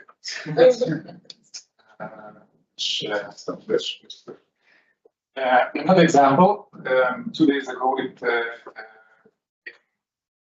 known that in Lithuania, 1/4 of the faced the event when their personal data in state registry was leaked. Most probably, and that it is leaked by hostile nations. So 1 in 4 Lithuanian population, mostly were decision makers, politicians, journalists, and people, they are now vulnerable. So this is about the 360 approach, both geographically and content-wise. And coming to your question, where we lack capabilities, coming from the European Commission, I'm not Spain opinion. So I will just repeat what is being said by commissioners and commissioners. When he's telling that we have 3 major areas: capability gaps, institutional readiness, material readiness, and political. And what was said, mentioned in the introductory remarks about Article 47. It is indeed one of the paths that the European Union, member states of the European Union, and especially member states who are not members of NATO, are willing to explore and are exploring. And Cyprus is among leaders presenting their proposals in this regard. But coming to the 360 approach, the Article 47 is not only about military readiness and military readiness, but it's also about other things. It says that one country is under attack, and the states should provide. Yes, this means that in addition to military assistance, it's also logistical assistance, also economic assistance, also assistance in terms of fuel, food, medicine support. So there are a lot of things that are affected during the crisis. And this is what we should be talking about, and this is what the European Commission, I think EAS, External Action Services, is being debated. Of course, I cannot tell when the Commission will come up with the proposal, but commissioners, different commissioners responsible for civil preparedness, for crisis management, they are also checking what they have in their portfolios with regard to how they can contribute to the issue of readiness. Coming to the material defense readiness, of course, as Russia's was war in Ukraine and also the war in Iran has shown that on us, Europe has a lot of capabilities. And the European defense industry is not always ready to support, and there are many reasons for that. While money is not that of the issue anymore with state loans and with possibility to direct some cohesion funds and escape laws regarding the budget deficit. But still, as regards public procurement, as regards permitting, it's to go and it's a way that is being done, the path that is being taken by the Commission. Although trialogues on simplification of defense legislation are on the way, I think that they will not finish. It seems that it will not finish the Cyprus presidency, but hopefully also not with the next presidency because of the status. So I'm just saying. So yes, basically those issues. The biggest gap. Yes, first of all, let me extend some thank yous. I want to thank the Parliament magazine and the Parliament for inviting me to be here. It's quite moving for me since I spent 10 years working at the European Parliament until August. Secondly, I want to say thank you to everyone who spoke before, including those people I have met in the context of the European Security and Defence College, where I've been teaching for many years, and members of Parliament and everyone who organized. Let me say a couple of things to your question. First of all, when it comes to the gaps, we tend to think along the lines of what we identify as gaps in the various strategies, and of course, there we think of, is it the capability gaps, are they institutional gaps, are they budgetary gaps, are they regulatory gaps? Obviously, all of this is true. But if I were to say what is the biggest gap right now in implementing a 360 approach, bringing together everything that we know in the European Union we have so far prioritized, all the regulatory instruments we have in place, everything that started in 2017 with the conceptualization of the European Defence Fund, and then everything that was built since then. I don't need to tell you how many of these initiatives leading up to Rearm EU and SAFE and Agile and everything we're seeing now. We are missing, and I think this is the biggest gap, the move from the document to the implementation in a way that actually addresses operational needs. And operational needs, we don't talk about them that often, except we're in the presence of the armed forces. There's no point in talking about budget or about capabilities if you don't have operational plans and operational needs addressed. I think we're missing a very important discussion about operational needs. We tend to talk about it when we talk about military mobility and connectivity and how that links to defense, but I really think we're missing a very clear plan on operational needs. And what is the second thing that lies beyond that and behind that? And that's what we are missing again at the EU27 level, is an intelligence sharing arrangement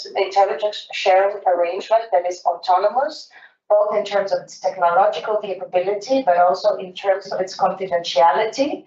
And that as well is linked to the Article 42.7 that has been mentioned, because to go ahead with 42.7, we need to operationalize it, but we also need to have underpinning that, a joint threat assessment and independent, sovereign, autonomous intelligence sharing and intelligence analyzing capabilities, which is a strategic enabler, as was mentioned before. So we're missing those elements in the implementation. Everything else, I think, can be woven around these things. And there is hope for me, at least, that now, and this is the silver lining that I want to get to, our realization of the interconnectivity of the theaters of conflict and the theaters of aggression surrounding the European Union is higher than ever. And that enables us to finally perhaps move forward with the 360 approach. And why am I saying this? The 360, I've just come from a meeting elsewhere in Nicosia where Federica Mogherini was also present. And I remember, working on the global strategy 2016. And already we were saying we have to find a way to connect the theaters of the East and, the theaters of conflict in the East and the theaters of insecurity in the South. That was, I remind, at the time when we had, illegal migration flows and other phenomena emanating from the instability in the Middle East. So it's been 10 years we've been trying to do 360, right? And we haven't managed. So what is different now? I think the simultaneous realization of how the conflict that is essentially Russia's illegal invasion of Ukraine and everything ensuing, plus the instability in the region surrounding that. And I put there also the Caucasus and the Black Sea. And the conflict and the situation in the Gulf states in the Middle East, the war between Israel, US, and Iran, but also the instability and insecurity that has created for the Gulf states.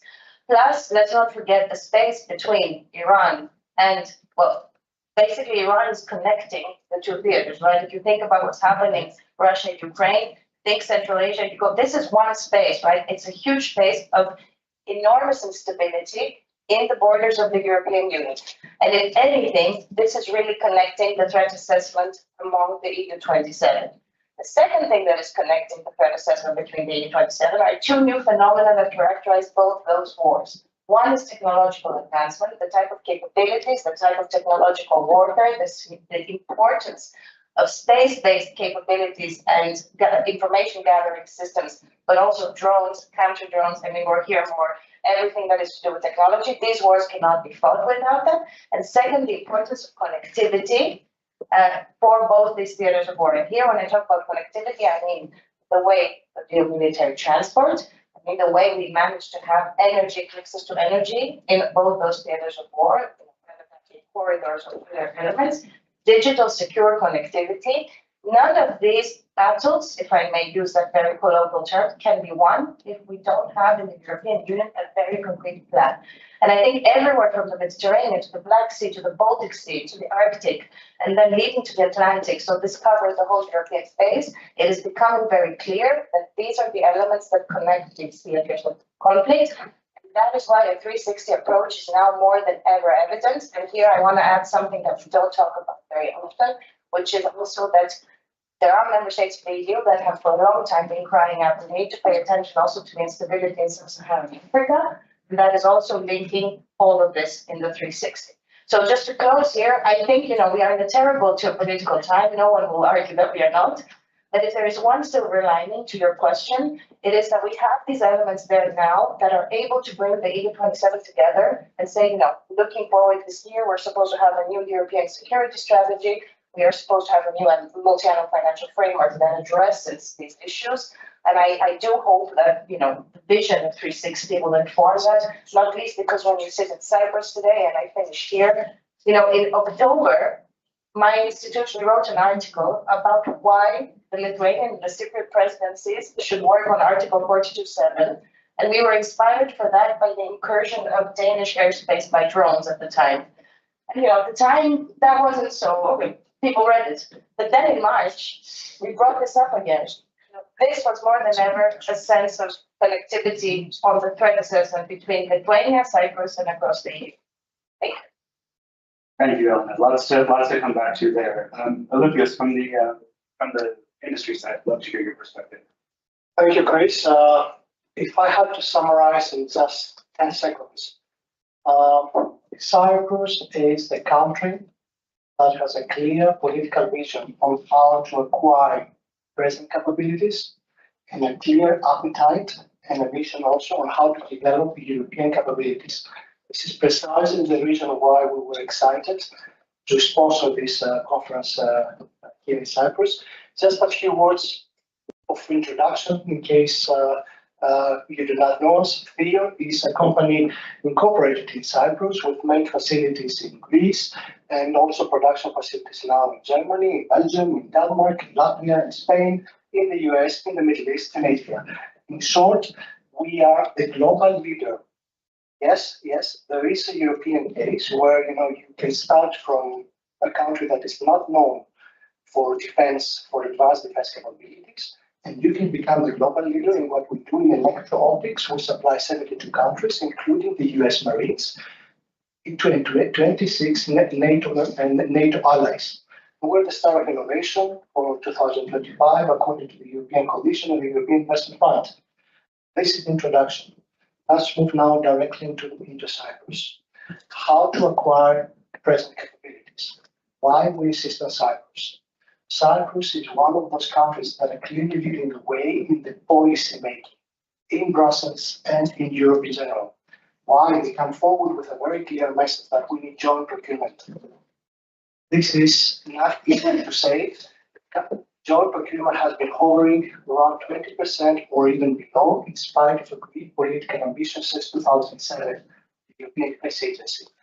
Most countries with vast defense diplomacy industry bases, they usually try the national procurement, and national procurement is lengthy, complicated. I was at Globsec last week, and there was a very striking statement. Ukraine fights today's war with future weapons, whereas Europe tries to prepare for future wars with existing weapons. In Ukraine, drones flying a TR-7. For those that are not familiar with technicalities, TR-7 means that a product has not been certified, it's not been tested. If it flies, it's good enough to go into the battlefield. We cannot do that in Europe because we are in peace mode. Hopefully, we will remain in peace mode. But joint procurement, what Cyprus says is, so mentioning your current example, this is where countries can come together. You can have accelerated contracting, reduce post-award challenges, and facilitation of long-term planning. This is the one thing. Let's move now into the political will to move as elements suggested and also as commandative role into the operationalization. What happened in March in Cyprus, in Akrotiri, was a clear wake-up call. I fully agree. Why? Cyprus operates European assets, but these assets could not be linked to the assets of Greece or France and other countries, because Cyprus is not NATO. So you may wonder how it happened. Of course, it was ad hoc improvisation, but we clearly need the European mechanism. Well, this is the first time that we come forward with a public proposal. We use this conference as a test case, to echo and to get your inputs. We would like to see perhaps a European data link program, a modern tactical network as part of a wider combat cloud. Some may jump to us into the conclusion that this may be contradictory to NATO. No, it's not. Exactly the opposite. The NATO vision is calling for multi-domain operations. You need to have data links that connect air, land, naval, cyber, and space. And at this point, not even the most advanced NATO links can do that. So this is a clear case where, because we have the great example of Cyprus, which is not NATO country, and at the same time we talk about European strategic autonomy, maybe it's high time that we move as coalitions of the willing. We may not be able to do this at EU 27 scale, but the countries that need to move one step further, so that if crisis happens, there will be a mechanism in place. How do we do this? We can discuss. There are the European defense projects of common interest in negotiations right now. You can go through the EDA as a Category B project, with Cyprus leading the way forward, and you can invite other countries, big and small, this is the way forward. Thank you. Thank you. And I'd like to come back to you for a moment, and I'd like you to help us understand a bit how we should see the Mediterranean today in today's security doctrine. You think, first of all, that it's become sort of more central to the core security architecture since the war in Ukraine, and if so, how is that sort of shifting rhetoric around what it is to be a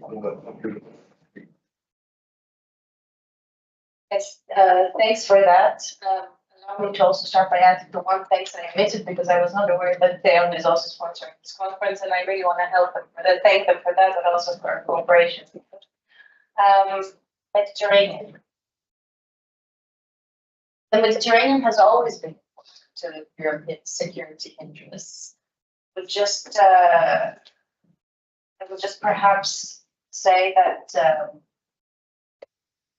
we mistakenly, as I think I said before, have thought for a long time that at different times one needs to focus on different theaters of conflict, whereas they're all interconnected. And as I mentioned before, now we know very clearly how interconnected everything is. But let me position this a bit more in what we now know about modern warfare, because this is something that I think is important, and what we know about security in today's world, and why that has made the Mediterranean even more critical to the EU's security and defense plans. One thing we know, as I mentioned before, is that security is no longer just about armed conflict, interstate armed conflict, right? Security is about much more. Security is about hybrid attacks. Security is about things like, underwater cable sabotage, energy insecurity, compromise or sabotage of digital infrastructure. This all is extremely important when we think of the Mediterranean, which is an area where we have the coexistence of a number of those elements that we attribute the title hybrid threats to. Well, one being, the potential weaponization of energy, the potential weaponization of human trafficking, the potential weaponization of maritime assets, the potential weaponization of critical infrastructure, namely ports, energy grids. This is all in the Mediterranean. So one thing I think is very clear is that that has elevated the attention that is paid to the Mediterranean. Secondly, I think what is very evident today is that everywhere that there is conflict, the maritime element is extremely important today. And I mentioned the 3 Cs before, but if you also think beyond that, what have we seen this year or this past year as issues and potential conflict zones that we were looking at? We were looking at, Greenland. Maritime assets extremely important there too, right? Think of the Black Sea, the Baltic Sea, the Mediterranean Sea, think of the Indo-Pacific, think of, off the coast of Somalia and Paris Sea, think of the Strait of Hormuz, think of the Red Sea. Capabilities that have to do with maritime and underwater, these are extremely important. And in the Mediterranean, there is the port infrastructure. There is extremely important and I would say innovative industry that is working on those capabilities. It's interesting when one looks at PESCO projects that have to do with undersea and maritime capabilities. There's a number of them that are led by, or you have a huge participation of southern EU member states, and this is extremely important. We look at the various, look at counter drones and how these are used by naval assets. And the Mediterranean, again, is a space where these kinds of capabilities have been tested. And finally, when we talk about the transatlantic relationship, which I think is something we haven't mentioned, but we need to talk about, we can see very clearly from the United States perspective that, the importance that has been placed now on, shipyards, on state-of-the-art naval assets. So all of this means sea has become important. So sea has become important. Hybridity has become important. Technology that is relevant to that has become important. And finally, let's not forget that we are living in a globalized world that is now suffering from security compromises that have to do with choke points. And the Mediterranean, if you look at it, it's a beautiful sea, but it's also, the entry and exit points can be weaponized as well, right? They can be choke points. So we need to have heightened alert on the need to have the safe passage under the rule of law, of international law, because we see the situation, leading from the Mediterranean to the Indo-Pacific, we see now that this can compromise the well-being and the prosperity of societies across the world who depend on global trade. So there are so many arguments for that. I'm not going to talk about climate change, which is also an issue, and demographics. I think you can see everything that we define today as factors that we have to pay attention to ensure global prosperity and security. They are there to be found in the Mediterranean. Thank you. The question around maritime is super interesting and relevant. Jonas, from your side, or Olivia, would either of you like to respond to the thoughts on around maritime security? Jonas, you want to start first? Yeah, I would say that the question is much broader. There are capabilities like security, and so maybe it's also a good opportunity to remind that when we talk about Europe waking up, this means Europe waking up not just in political terms, but also in industrial terms. This includes Cyprus. There are about 30 companies now in Cyprus. They do amazing things. The ecosystem now is really booming. In maritime security, in underwater capabilities, of course, there are trials now in Greece, in Cyprus, in other parts. I would like to go, to a much bigger, picture. If there is a crisis, if there is an attack, the attack will not come just, the sea. It will not come on cybersecurity. It will not come on a radar. It will come through any possible means. This is what we need to understand. So how do we go about this? We need to create as Amanda Theobald mentioned earlier, cybersecurity is not just a technical thing. When we talk about cybersecurity now and resilience, we need to have the means to make sure that whatever attack takes place, in whichever means, the communications will continue through space, through mobile private 5G networks, through whatever means. And the technologies exist already in Greece and in Cyprus. This is what is important. But what we also need is the coordinated approach at the European level. This is where we feel that, I mentioned before, the European defense policies of common interest. This is just one way of getting there. We need to make sure that interoperability is firmly embedded in those. It should not be about each country trying to develop indigenous capabilities.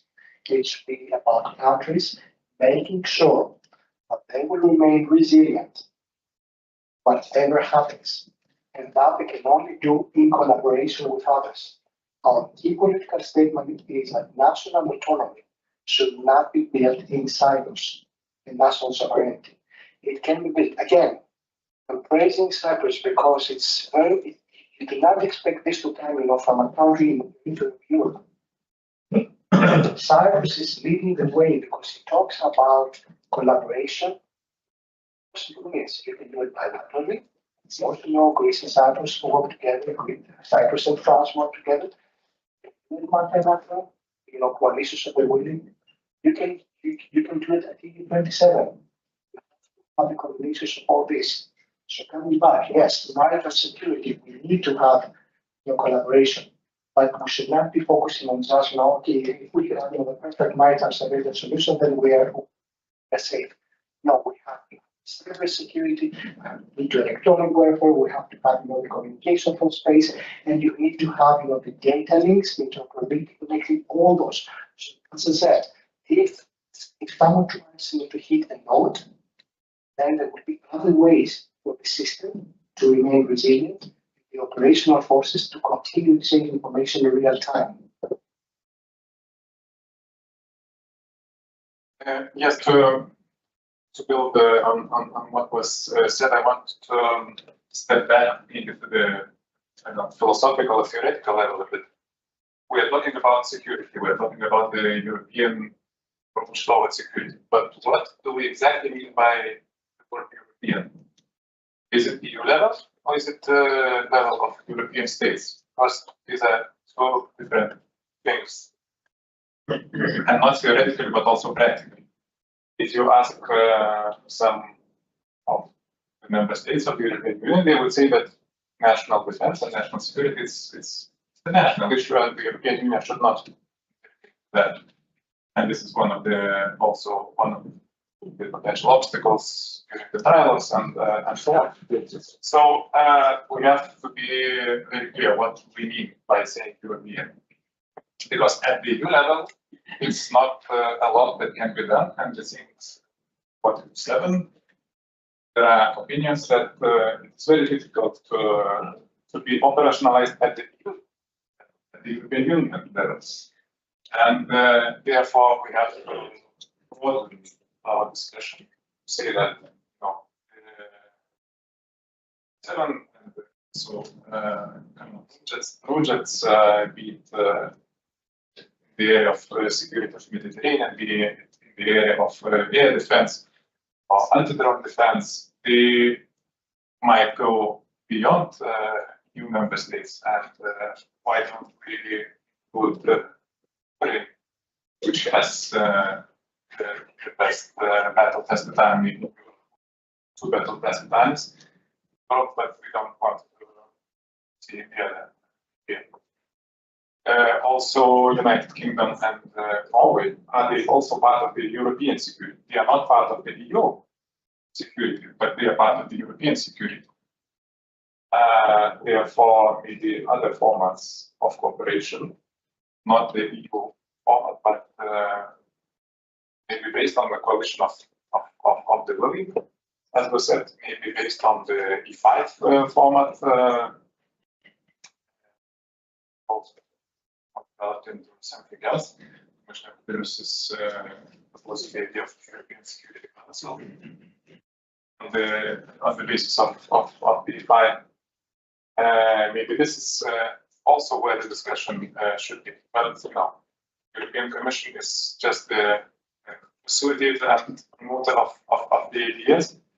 But what European Commission and suggest also has to be the consensus, has to reflect the consensus of EU member states, and it is first and foremost for the member states to drive this discussion. And it's good that Cyprus, as the presidency, began discussions on the Article 47.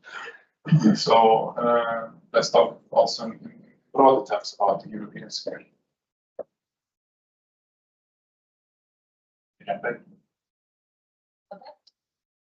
It's interesting because we're discussing exactly the same thing where I came from. I'll touch on that. I just want to say one thing that hasn't been said, because we've been talking about the Mediterranean. I think it's important to also highlight that we have right now a situation, a severe crisis in Gaza, and a very unstable economic situation in Lebanon, and not to mention security situation. Jordan is in a moment of big challenges to accommodate the burden been assumed by Jordan in going back many years in supporting refugees and also being a figure of stability in the region. And the list goes on and on. I don't want to address each situation separately, but just to say to your earlier question that, that kind of assessment, security assessment, and potential implications of everything. I don't want to go to Libya and, there is, you go around the non-European Mediterranean, you see how every single aspect of that could stabilize and jeopardize European security, and we need to be more present in that. And I think I omitted to say that, so I wanted to add it here because my mind was very much on defense, being surrounded by cabinet conveners and the other. But we need to think about these geopolitical aspects of security as well. To how we need to work with partners, and that is really not just philosophical at the moment, but it is also very tangible, because the EU has launched a series of security and defense partnership arrangements with countries.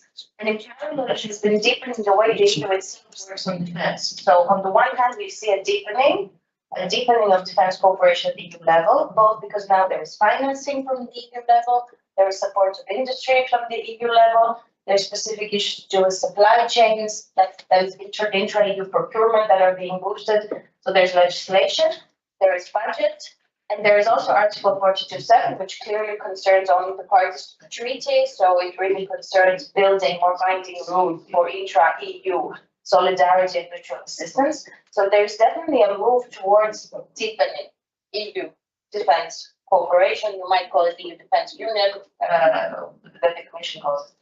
So how does that? There is a danger that we know in European Union studies from academia that when you deepen and widen at the same time, you have to be very careful. It's not a danger, but you have to be very careful. So if the project now is, and it seems to be, to deepen cooperation and binding commitments in EU security and defense, the conversation about more, alternative schemes tends to confuse the situation because the EU member states are now ready to put binding commitments, budget, capability building, bring it into the intra-EU supply chain system. So if that is happening, that is a priority, and it seems to be a priority.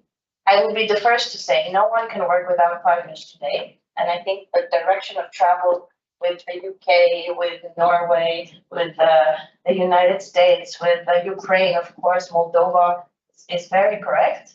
But I do think that there are certain member states in the EU whose security and defense interests and the sense that they are guaranteed by an EU security and defense umbrella is at the moment, since we're at a nascent stage of that, I think it needs to be very clear that when you're in the EU, that security and defense umbrella applies to you.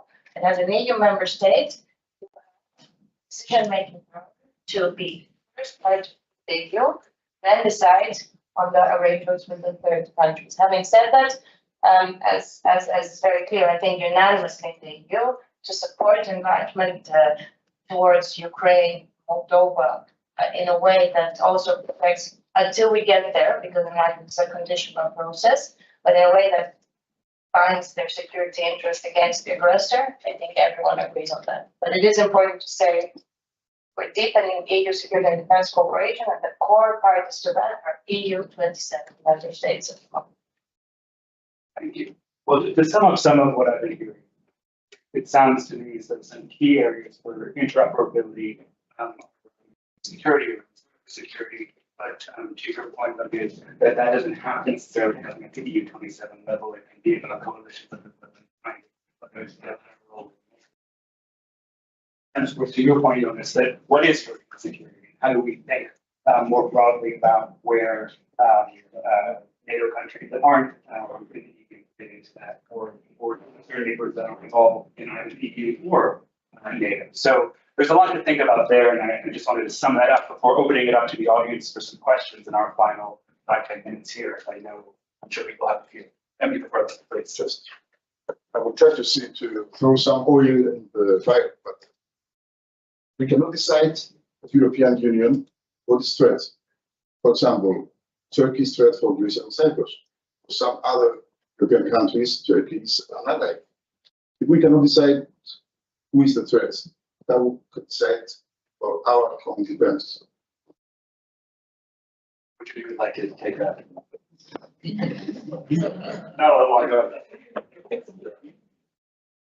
So I understand this was the question for member states.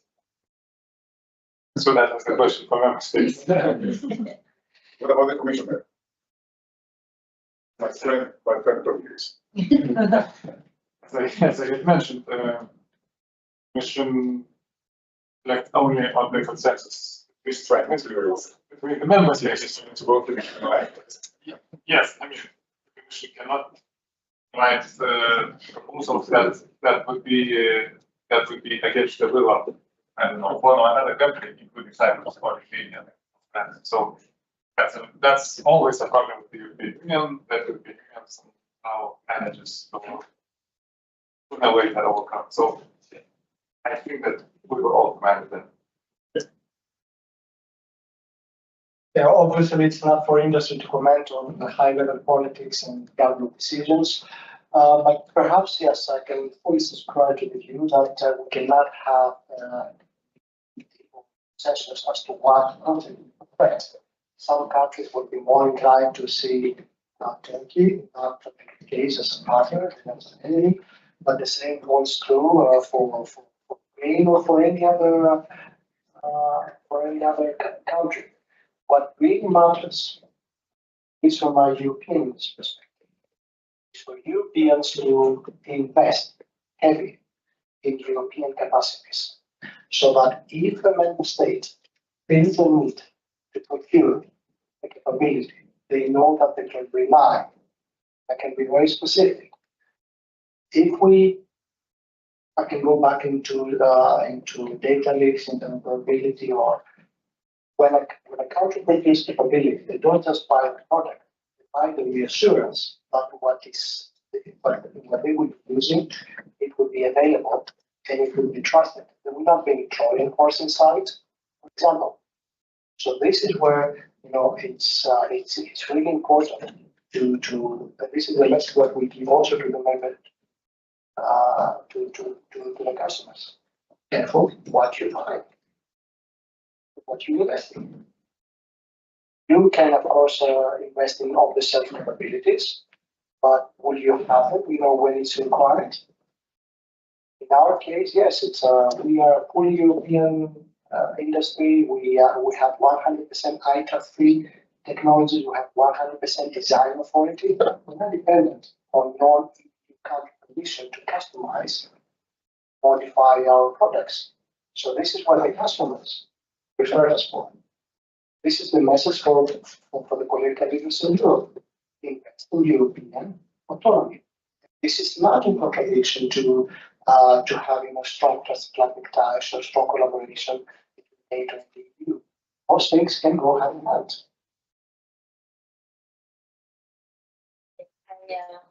Thinking of talking about that, but then I thought someone will bring me that being where we are. I want to talk about the silver lining because everything else we know. I think you're absolutely right. This has been an issue. It was an issue in the first threat assessment that the EU collectively carried out before the strategic compass, which, by the way, the threat assessment was carried out before Russia's invasion of Ukraine. So at the time, if you look at the threat assessment part, it's very much, Russia, China, Turkey at some point, but everyone's points are in, but it's quite soft, I think, as a collective threat assessment. I think we have an opportunity now because another threat assessment is foreseen now ahead of the European security strategy, a collective one.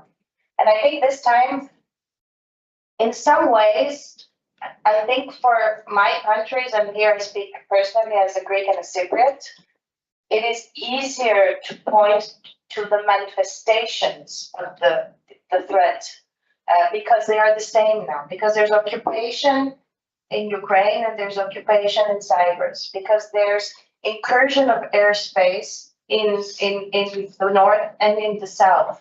This morning, this is very personal, but I was talking to a colleague from Paris who came to Cyprus for the first time, and I was explaining, this part of my family were not refugees after the Turkish invasion. This part of my family were refugees because they were from the north. I said, "Oh, refugees in Europe, that's interesting." I said, "Yes." It's like it's like in Ukraine, yes. And so I have a feeling that if we think of the categories phenomena that constitute the threat, it is a bit easier to get to a point where there is common understanding.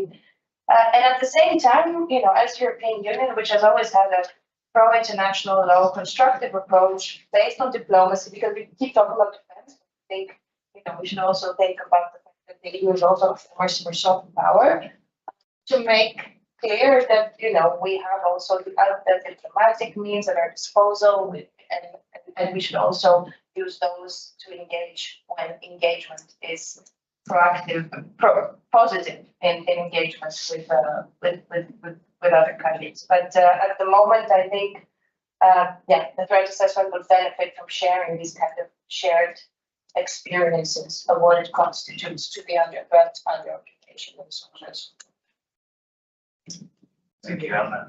Any other audience questions? Yes, please. We don't have a microphone, so please just. No, it's okay.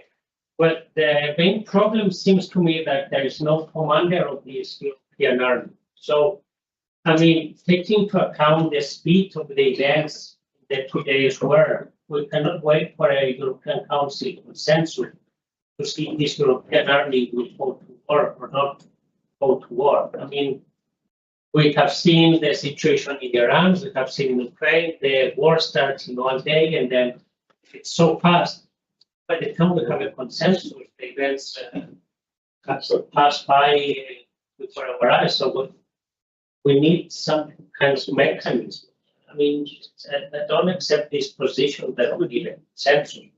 I mean, I work on EU issues and even there's no issue that there's a consensus, even Ukraine, even Turkey, even Gaza in the European Council. This is not advisable, as you suggest. Thank you, Mercedes. The answer is very simple. It's coalitions of the willing. This is what the EU allows for, and this is what we should be pushing for at the same time. And the clear manifestation of this was the events in the beginning of March in Cyprus. There were countries, but thanks to the excellent relations that Cyprus has on a bilateral and multilateral level, there were countries that were ready to push the button and send the ships, the anti-missile equipment, the radars and everything. So this is the European solidarity. It would be, of course, ideal to have it at the EU27, but the EU is a big challenge. That's what we have to say. If you cannot have consensus, then at least the best, it's a work. It's a coalition of the willing.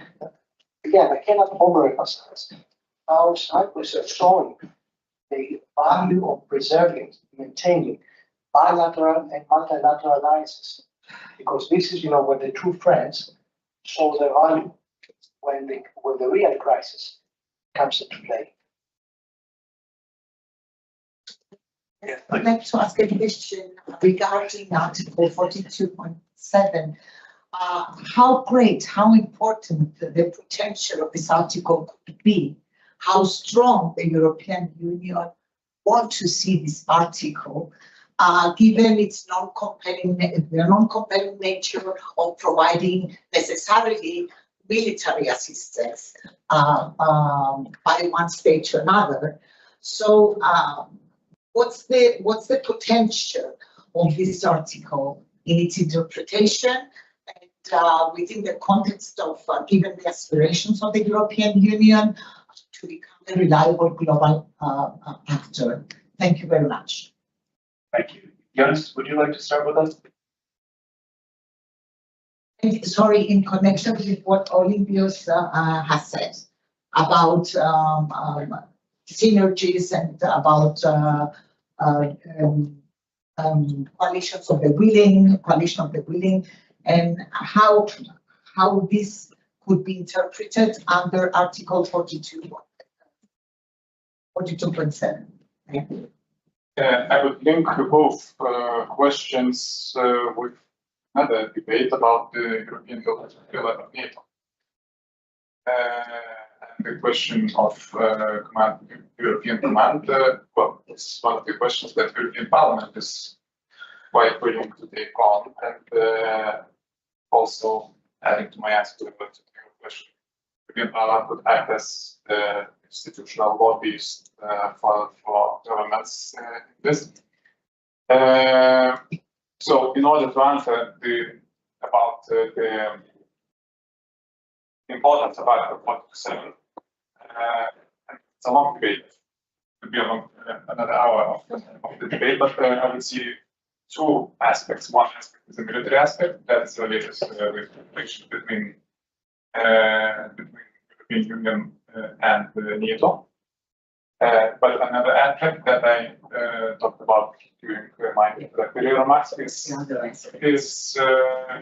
the non-military application of Article 47, which would be very useful in any sort of crisis. The first aspect.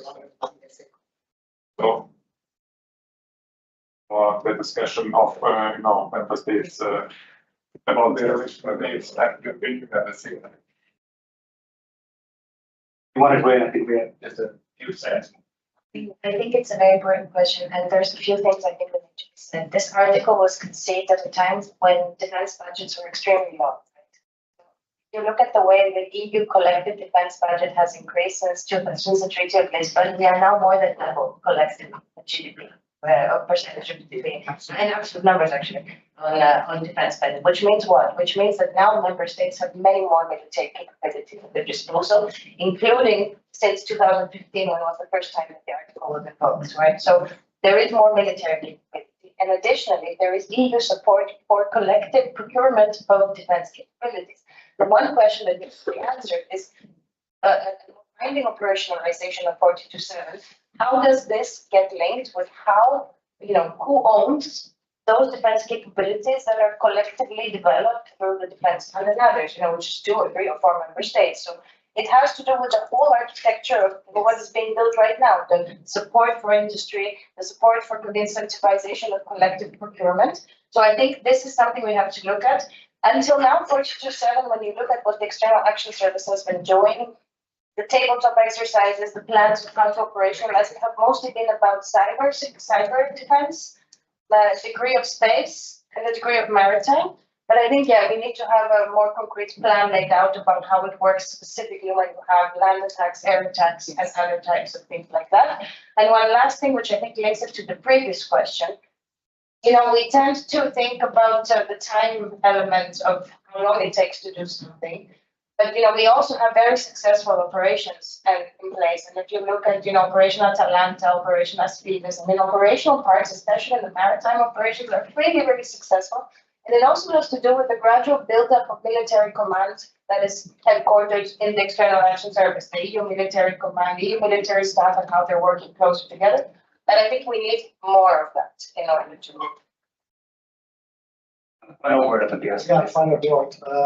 1 week ago, I was at another event in Brussels. It's not a council, so you cannot disclose who said what. But the question was, what if Europe has to fight a war with less US or no US, or less NATO or no NATO? That was the heated discussion. NATO has a commander, but what if for any reason we have to be prepared for all possible scenarios? So in those cases, what really matters is A, to have the ability to respond. The political will to respond. And this is what happened in March here in Cyprus. The countries that came to assist did not do this because there was legal lines. They would do it anyhow. Thank you. I think there's a lot to pick up on over lunch after this. I just want to take a moment to thank our speakers for a very rich and wide-ranging discussion. And thank you all of you for staying with us throughout the day. A final word of thanks to the European Parliament Liaison Office here in Cyprus, to General Theodoro for being with us, and to MEP Torlos, and to our partners, gold partner Chevron, and silver partner Theron Group, as well as the Cyprus Chamber of Commerce and Industry, Aegean Airlines, Get Transfer, and Clean Tech for SEE. So yes, please do join us for lunch. Thank you for being with us.